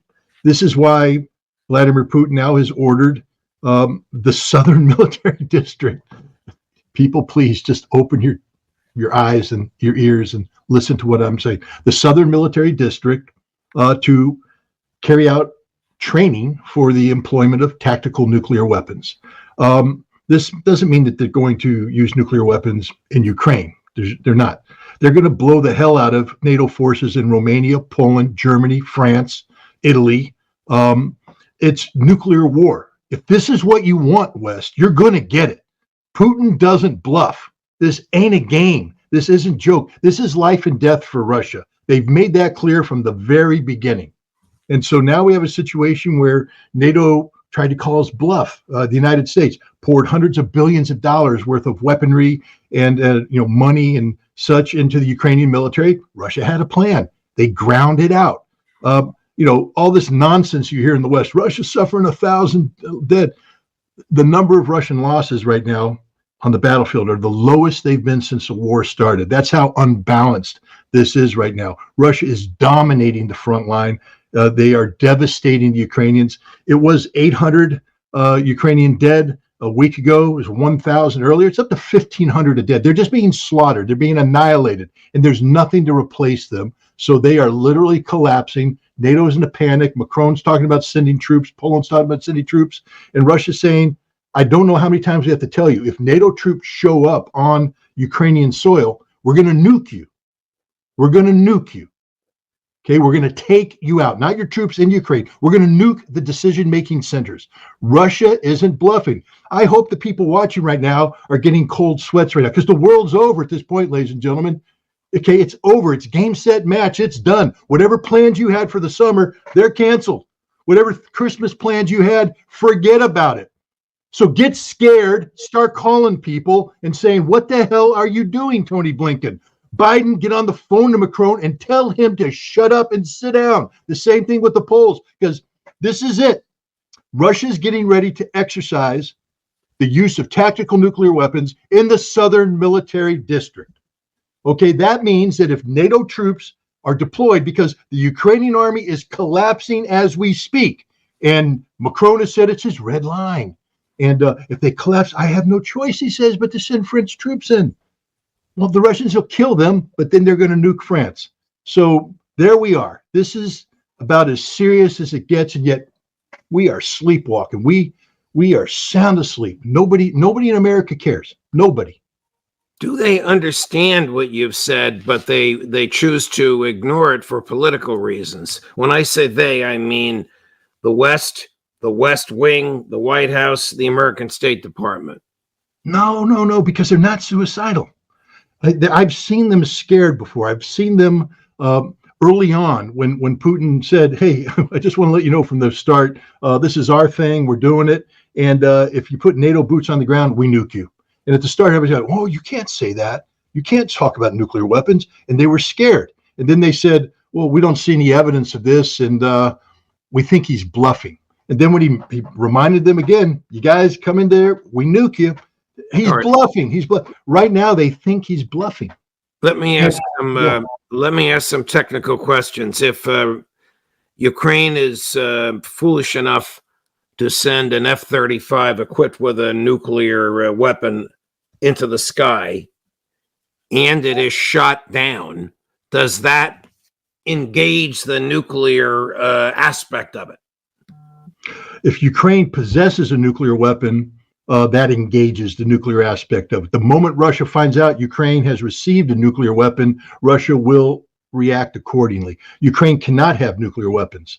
Now, here's an interesting thing. Russia has put the West on notice that they will treat the F-16s as nuclear weapons carriers. All right, so that's the point of my question. Yeah. If they truly are nuclear weapons carriers, and Russia uses a low-yield nuclear weapon to take it down, does that set off the nuclear paraphernalia, for lack of a better word, in the atmosphere? First of all, Russia's not using a nuclear weapon to take it down. Russia's going to drop a nuclear weapon on Romanian bases, Polish bases, German bases, and then they're going to go ahead and take out decision-making centers. So they'll engage Europe with about 50 nuclear weapons. Then the question is, what is the United States going to do? Commit suicide? Because that's just low-level stuff Russia's using. All their big stuff still sitting there on full alert. on full alert. So the moment the United States goes to alert, sends signals out to the subs, the Russians will say, okay, screw it. Goodbye. Do svidaniya. You're all dead. Everybody dies. We go to heaven as martyrs because we didn't start this. We warned you. Do not use F-16s. Those F-16s come from nations that are part of the NATO nuclear sharing program. And because they are part of the nuclear weapons sharing program, we have to assume that they still retain that role when they enter Ukraine. And the West is going, but no. Russia doesn't care. Russia So said, does Ukraine have American F-16s as we speak? They are training on not American F-16s American made F-16, but they're training on F-16s provided by NATO countries as we speak. These weapons have not arrived in Ukraine yet, but they're expected to do so sometime this summer. So this is why Russia's trying to give us all the heads up possible. They'll treat it as a nuclear weapons carrier. If NATO troops land, get involved, they're going to, Russia's ready to go to nuclear war. This is not a game for Russia. This is literal existential survival. People should listen to Vladimir Putin tomorrow. He's being inaugurated. One of the biggest events in modern geopolitical history, and the West, again, is ignoring it. Listen to his speech. It's going to be very deliberate. His words are going to be carefully chosen. If President Macron sends a few thousand troops to Ukraine, regular French troops, not the Foreign Legion, does Putin attack Paris?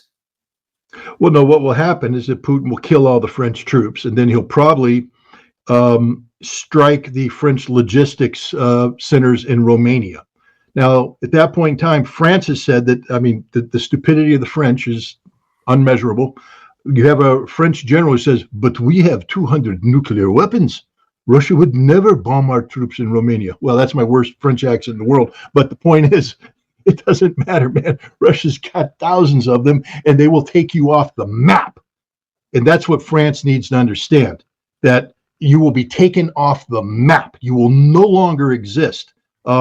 Whether you have 200 nukes or not. The French need to start shutting up. And this is where America's got to be a leader and call Macron and say, just shut up. I don't want to hear another word out of you. So does Bill Burns, the head of the CIA, understand what you just said? 100% he knows they're not bluff. He is right now screaming to the White House, this isn't a joke. This is red alert kind of stuff.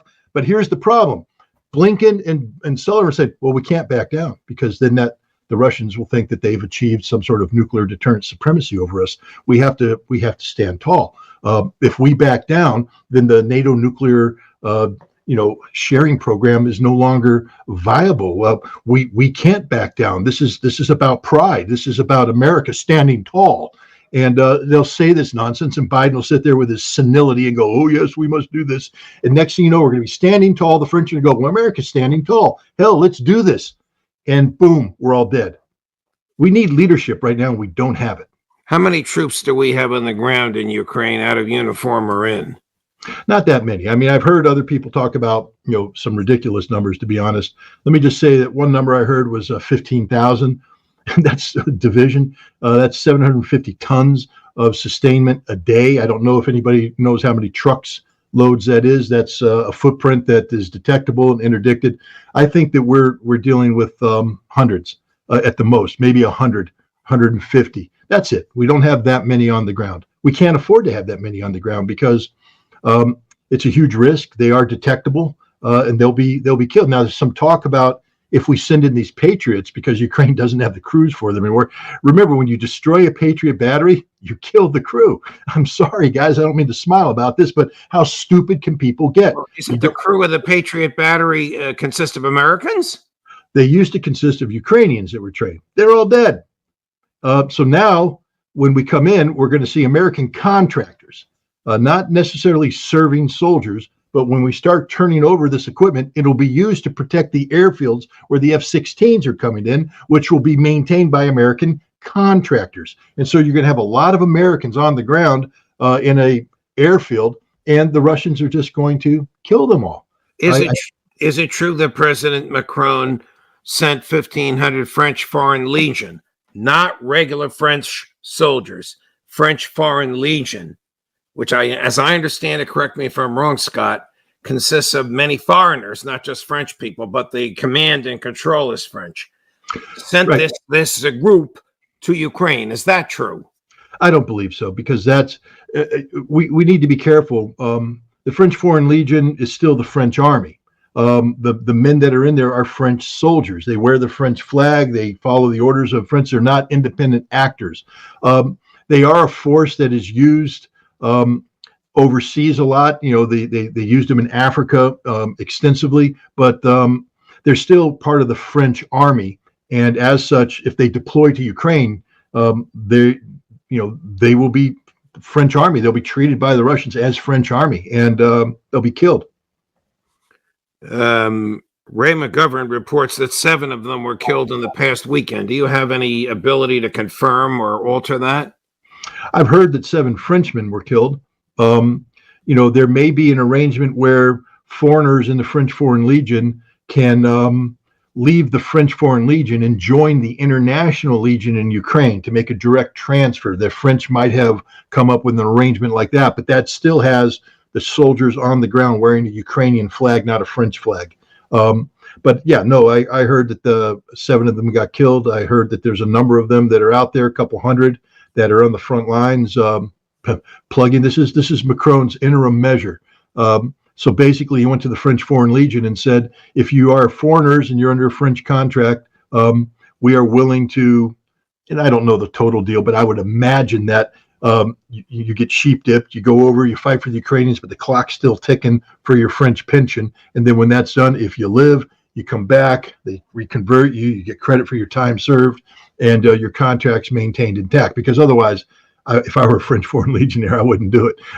Be like, wait a minute, I got a good deal here in France. I'm not going there without protection. It's the same thing when in Vietnam, back in the old Laos days, when they used to take Air Force officers and have them go off and fly,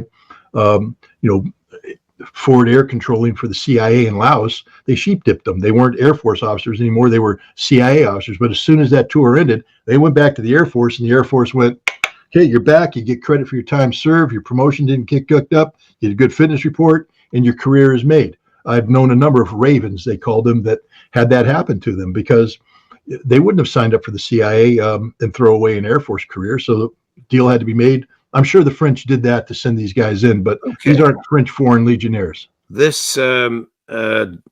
scenario that you've described, whereby Putin might use nuclear weapons, is this understood by General Brown, the chair of the Joint Chiefs of Staff, and by Secretary Austin, the Secretary of Defense?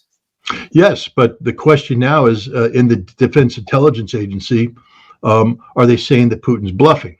This is the key question of intent. And this is where the failure of the United States to engage with the Russians. There was a time when we had, we met with the Russian defense attaché. We met with the assistant defense attachés, both in Moscow, here in the United States. We had conversations. And this is the purpose of the defense attaché, to call up his counterpart and say, guys, this ain't a bluff. Okay, I know you got your politics, but this isn't a bluff. This is as serious as it gets. And also allows American officers to sit down and go, hey, what's going on? What's your intentions? How can we nip this thing in the bud?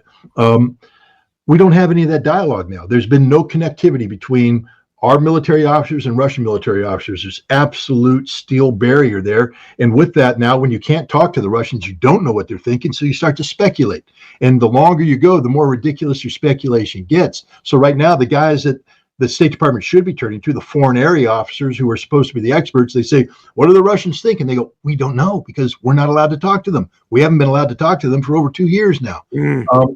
So they don't know. People can read about this on the internet if they're interested. If you go to thomas.loc.gov, that is the official United States Congress website. And if you put in the name Gus Savage, because Gus Savage was a black member of Congress who was targeted by the pro-Israel lobby.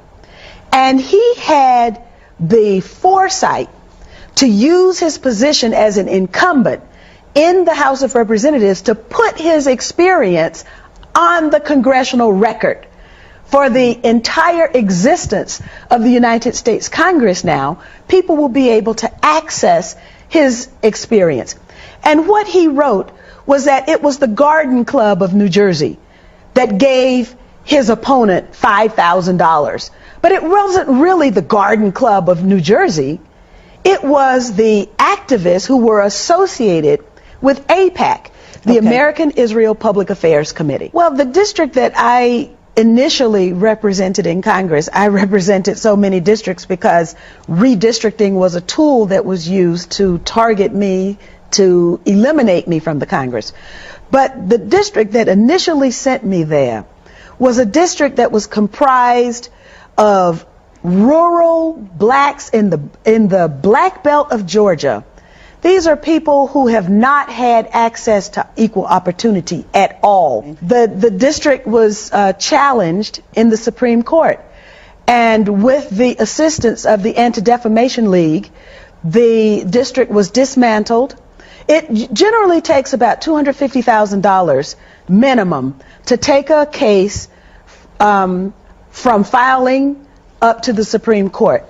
And the people who filed the lawsuit to dismantle they challenged my ability to represent the people of that particular district. Who were these people?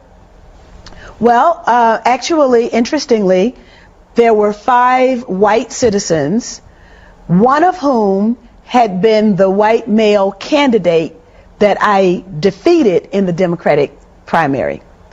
And they were aided and abetted by the Anti-Defamation League.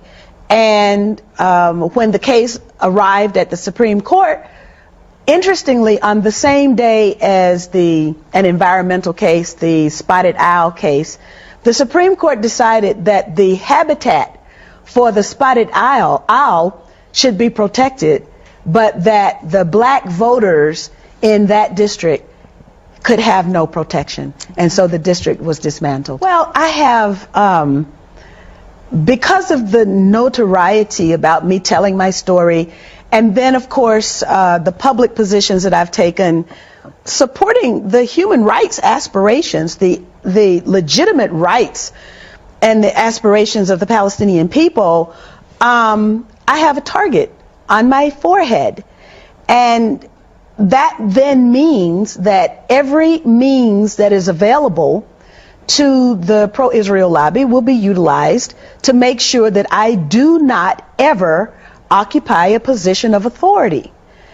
Now, fortunately for me, there is a very large peace community that is interested in change. And they would like to have a tested, experienced voice representing them in that very hall of Congress so that they can at least have their voices heard, even if they can't change the policy. But being there is the first step to having the policy change. Iran has enough uranium to make 12 nuclear bombs in 5 months, warns a former UN weapons inspector, David Albright. And the Biden administration appears ready to do whatever it takes to silence Iran with the help of members of the United States Congress, who are, of course, banging the drums for war, have already given the president authorization to attack Iran.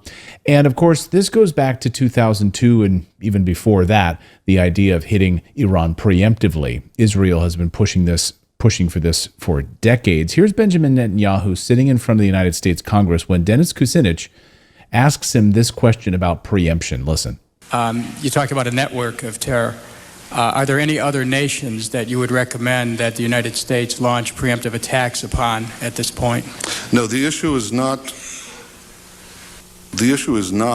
First of all, are there other nations that are developing nuclear weapons? Yes. Should we launch any other preemptive attacks? First, let me say what they are, and then let me make a suggestion how to proceed. Thank you.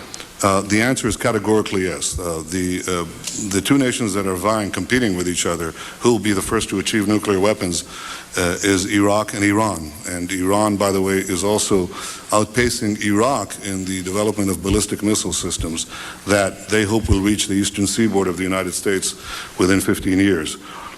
So I guess that doesn't include California, but includes Washington. But what it does, a third nation, by the way, is Libya as well. Libya is, while no one is watching. So Iraq, of course, that's why he's there pushing that. But Iran also, and oh, by the way, Libya, because we've got to get those guys. So 2 out of 3 already in hindsight. So one more on that list for us to take out. Former UN Weapons Inspector Scott Ritter is here to assess all of this and more. Scott, great to see you. Welcome back to the show. Thanks for having me. So let's talk about, first of all, David Albright, former UN weapons inspector. Is he a former UN weapons inspector and he's now beating the drums? I find the timing of all of this very, very interesting, that Iran is about to have nuclear weapons. Maybe they already do, and we should probably hit them. We should probably attack them right now. David Albright had a brief interaction with the International Atomic Energy Agency's Iraq inspection group. He was invited to participate in an inspection where they were reviewing documents that had been acquired after Hussein Kamal, the son-in-law, had defected. He's not an inspector. He has no inspection qualifications. He's an outside expert, in quotations we'll put, who came on one mission and has made a career of it afterwards, likening himself to people like myself who spent years planning missions, executing missions, and interacting with the international community about this. I just think if a guy has to falsify his resume to burnish his credentials, then you might want to think twice about the message. But let's focus on the message, not the messenger. This is a man who has been pushing for the violent disarmament of Iraq back in the day. He's a man who bought into defector Hider Hamza, gave him a platform to lie about Iraqi nuclear weapons capabilities. He promoted Hamza's efforts to say that Iraq was pursuing a nuclear weapons program, had a nuclear weapons program worthy of war. David Albright has the blood of thousands of Americans and millions of Iraqis on his hands.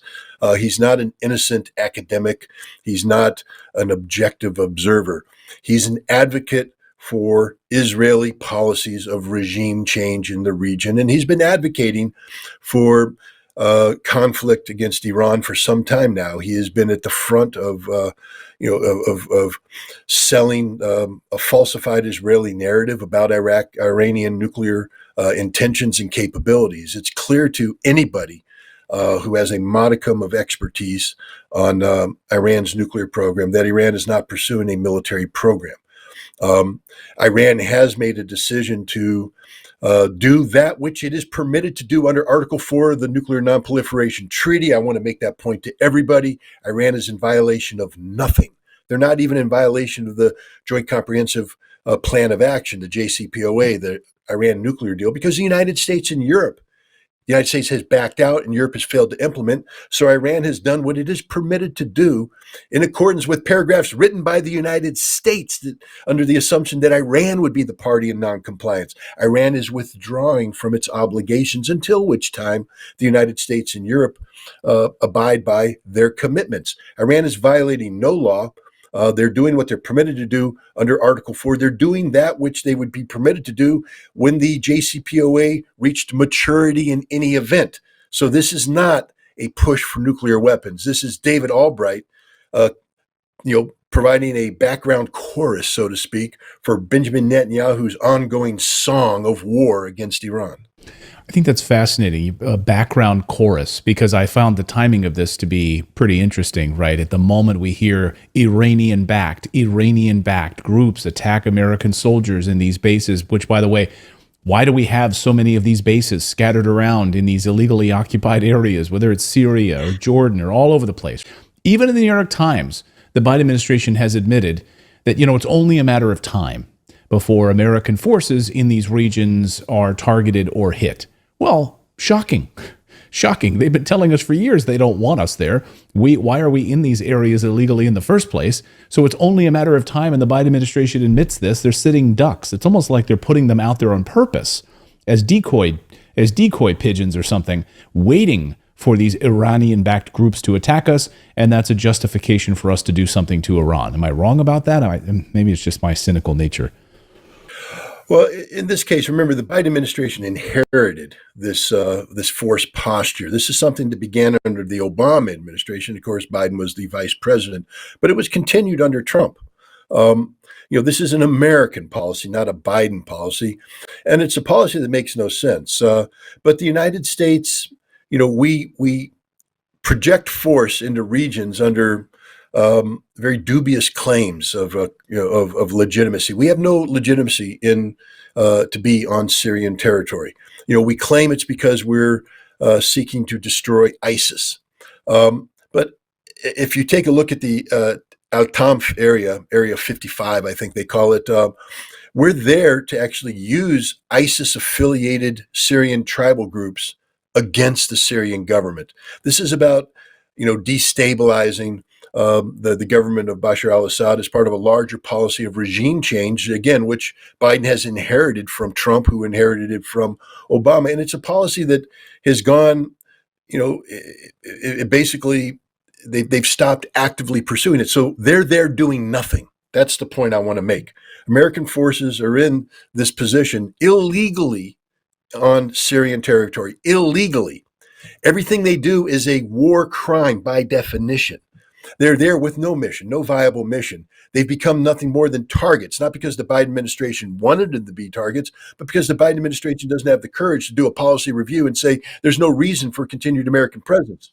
See, Americans, the government, we view it as a sign of weakness to do the right thing. If we say, oh, maybe it's time to get out, oh no, you'll be attacked as weak. And of course, Biden is running for president. He doesn't want to be seen as weak. The weakest thing an American president can do is allow American soldiers to die for no justification, no just cause.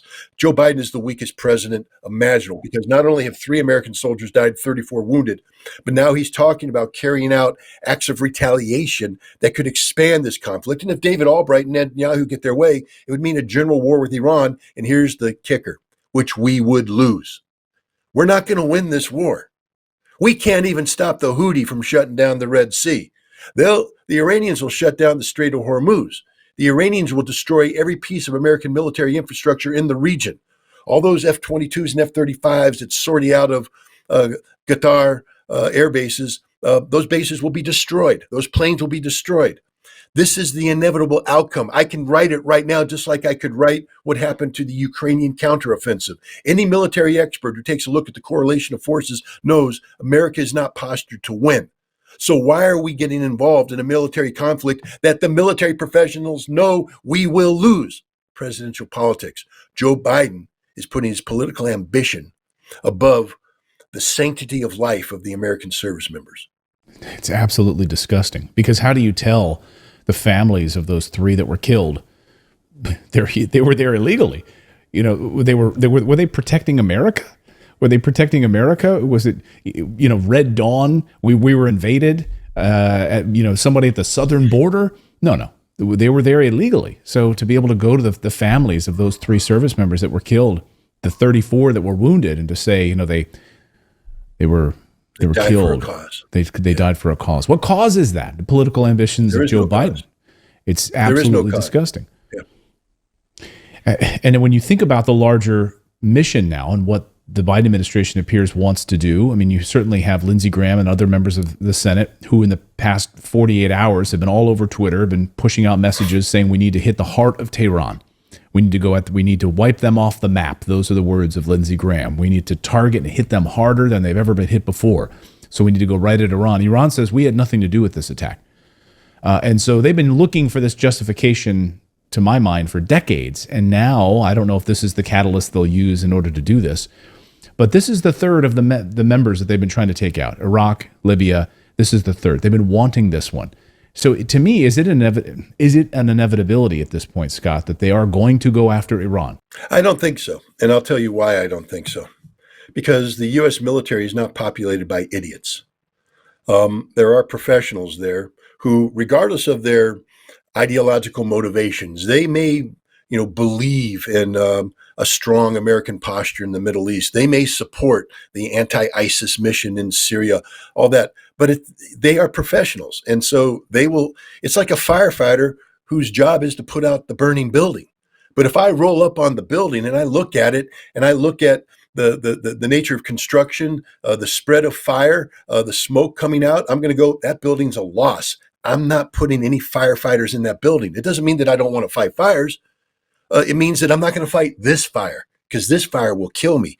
I'm going to lose this fire. The military professionals right now are taking a look at the correlation of forces in the region. Remember, once you start a war with Iran, let's just start with basic strategic lines of communication.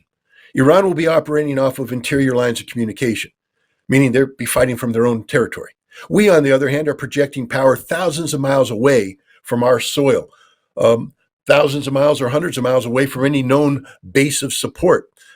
We don't have sufficient force projected forward to inflict any meaningful harm on Iran. We will blow up a couple places, but then they'll hit us with everything they got. They will destroy our forward deployed bases. The Al Ubaid Air Base in Qatar will be eliminated. The Fifth Fleet in Bahrain will be eliminated. Any ships in the Red Sea and the Persian Gulf will be eliminated and sunk. And there's not anything we can do about it. And then what? We're supposed to project power forward? What power? We don't have a Navy capable of projecting power forward anymore. We have nothing. We spend nearly $1 trillion a year to produce a military that can't do its job in Europe, can't do its job in Asia, can't do its job in the Middle East. Thank God. Because to do their job in Europe, we'd be at war with Russia. To do their job in the Pacific, we'd be at war with China. And to do their job in the Middle East, we would be at war with Iran. But we are weak. We are fundamentally weak. This is the danger of overdoing deterrence. It's one thing to flex your muscle with deterrence, but deterrence only works if the other side believes that you can follow through on the action that you're promising to do if they do something. What is becoming painfully clear to everybody is that the United States cannot follow through. Now, fortunately, Iran knows that even though the United States won't win a war with Iran, the United States can do sufficient harm to Iran. Iran is on the cusp of an economic recovery. They have a very bright future ahead of themselves. They're looking for peace, not war. This is why the Chinese helped broker reconciliation with China. This is why Iran is joining BRICS, joining the Shanghai Cooperation Organization. They're looking for this great future of economic growth and prosperity. The last thing they want to do is throw it away in a war. So Iran's not looking for this war. It's America looking for this war. Iran will do what is necessary to convince the Americans that this is not a war worth fighting. And hopefully the military professionals will be pounding on the Oval Office door telling Biden, can't do this, boss. If you start this conflict, it's not going to end the way you want it to. And, the military doesn't do politics, but maybe somebody on the National Security Council will say, this is the fastest way to guarantee that you will lose the election in November 2024, because you will be the wartime president who got his ass kicked by the Iranians. Oh, from your mouth to God's ears. I hope that's the case. Positivity. Absolutely. I hope that's the case. It's up to us to change Washington, D.C. We have the power to sweep the Congress clean. Something is gravely wrong in our country when our energy policy is war, our jobs policy is war, our economic development policy is war. We don't need to send not one more dime and not one more bomb to Israel. There are serious financial management problems at the Pentagon. How much have the taxpayers paid for them? I do expect the written response to my previous question, hopefully by the end of the week. It is unacceptable that we have people sleeping on our streets. Arab, I'm not Muslim, so why do I care so much about justice in Palestine? My answer is this. I struggle every day for the human rights and dignity of blacks, Latinos, Native Americans, Muslims, Arabs, the poor, and others discriminated against in the United States. So I was in Congress from 1993 to 2003. Well, the significant thing that happened is that in 2001, I decided to challenge the Bush administration story on September 11th. That made me a target. And the Democrats and the Republicans, nobody wanted to answer the questions that I was asking. And so, therefore, I lost.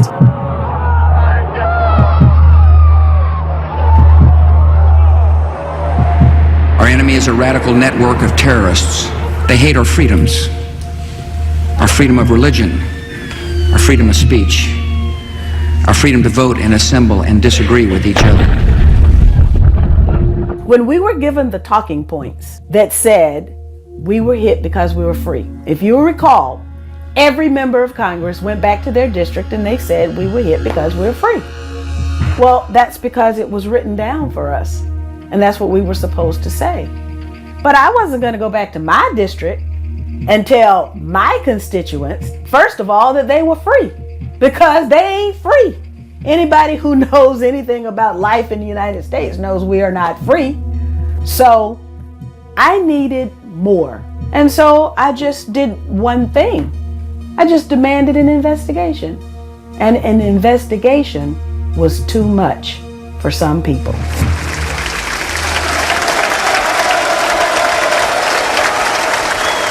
I introduced articles of impeachment against George Bush, Dick Cheney, and Condoleezza Rice. I decided to run for Congress again, so I sat out for 2 years. 2004, I'm back on the ballot, and guess what? I won. So I served again from 2005 to 2007. Stopped the things that were important to me, and I became a target again, and I lost in 2006.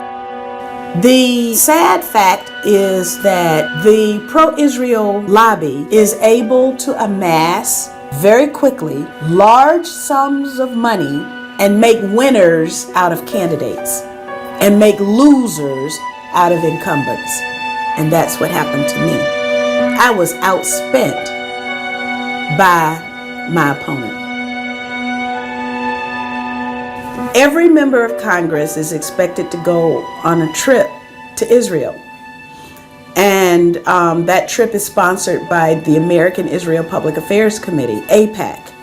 There was a lot of pressure on me to go to Israel, but because I understood what that would entail, after all, it was AIPAC that had sent me the facts when I was a candidate for Congress. And the facts was a pledge. I was to pledge that I would support the military superiority of Israel, Jerusalem as the capital city of Israel, continued U.S. assistance, economic and military, to Israel at the levels requested by Israel. I said I wasn't going to sign the pledge. Well, when I didn't sign the pledge, I did not realize that my request to learn the facts and then make a judgment that was in the best interest of my constituents was unacceptable political behavior.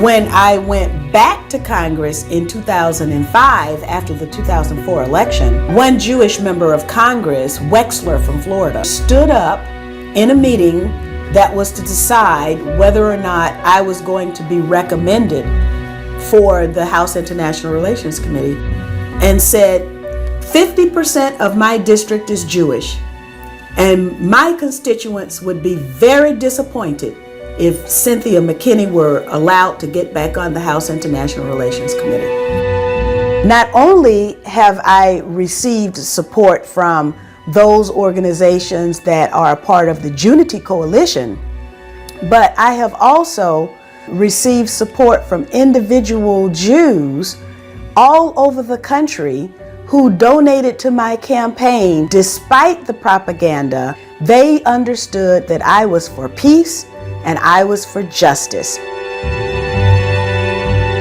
Of course, the leadership of the Democratic Party in the House of Representatives, that was Nancy Pelosi, decided that I would not serve on the House International Relations Committee and I would not get my seniority.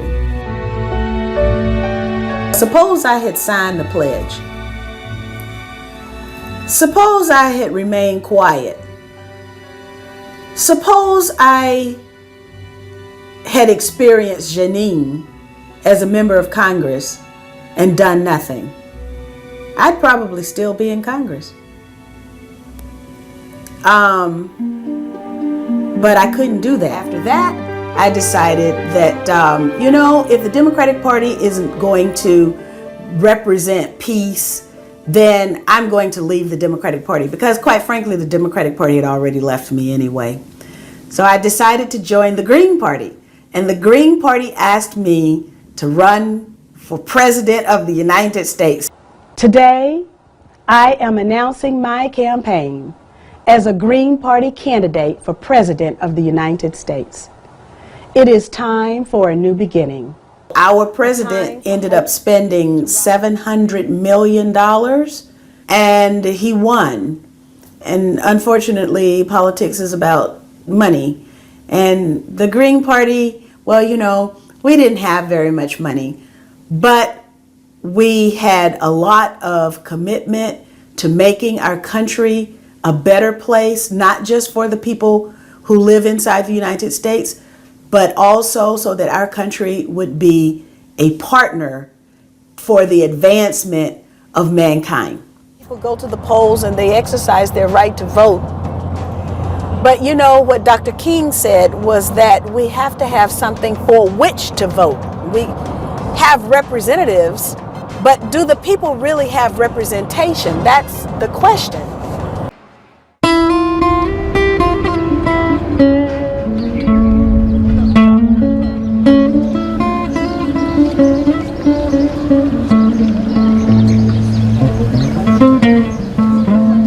Those women who are there voting yes or no must be able to vote their consciences.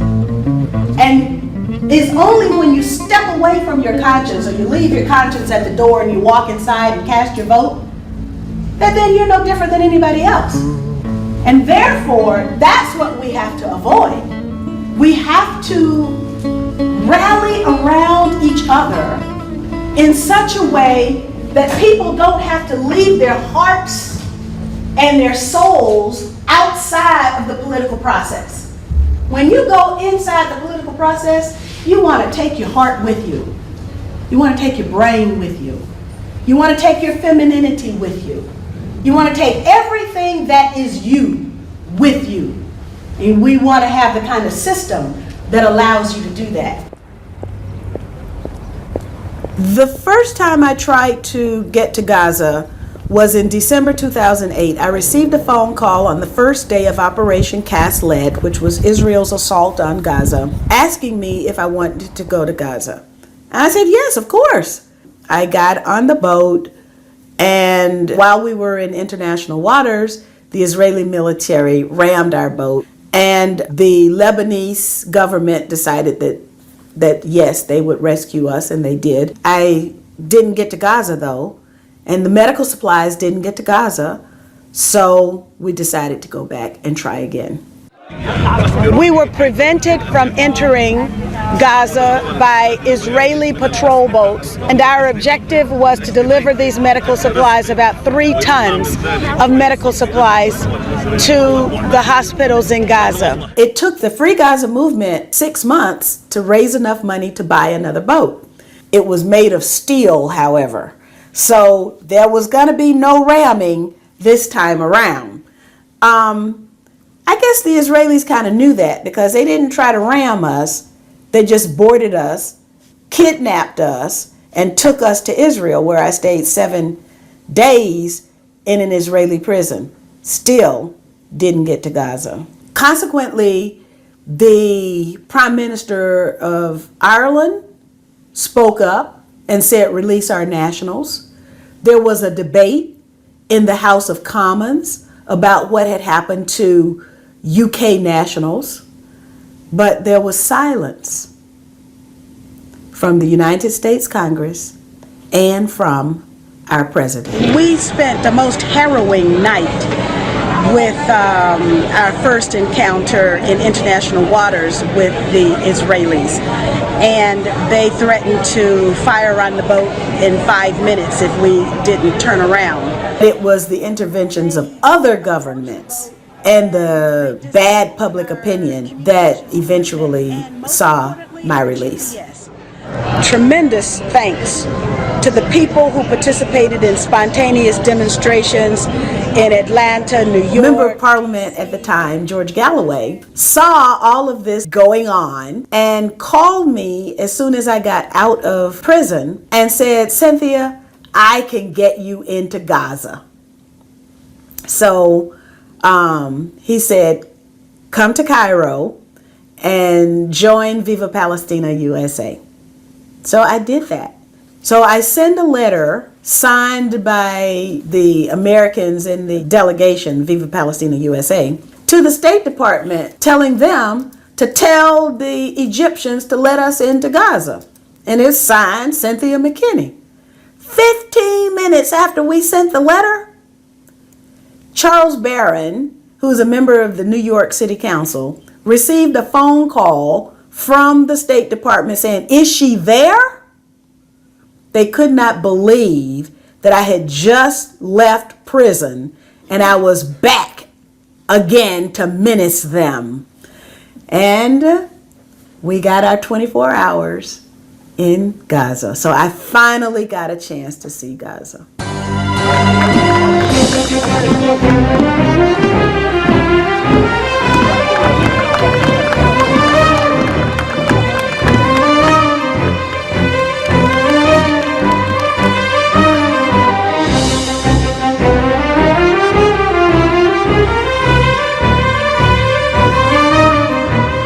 I saw, despite the depleted uranium, the helicopter gunships, the F-16s, the nuclear triad, everything that Israel threw at the people of Palestine, there was love and there was life in Gaza.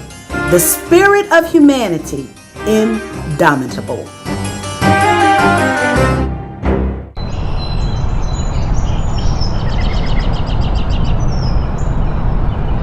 I think I would be really happy if the precursors to war didn't exist. The precursors are the proselytizing politicians who benefit from hate. And so they proselytize hate and division. And then they're able to get elected because they appeal to the fears of people. Finally, I get some help.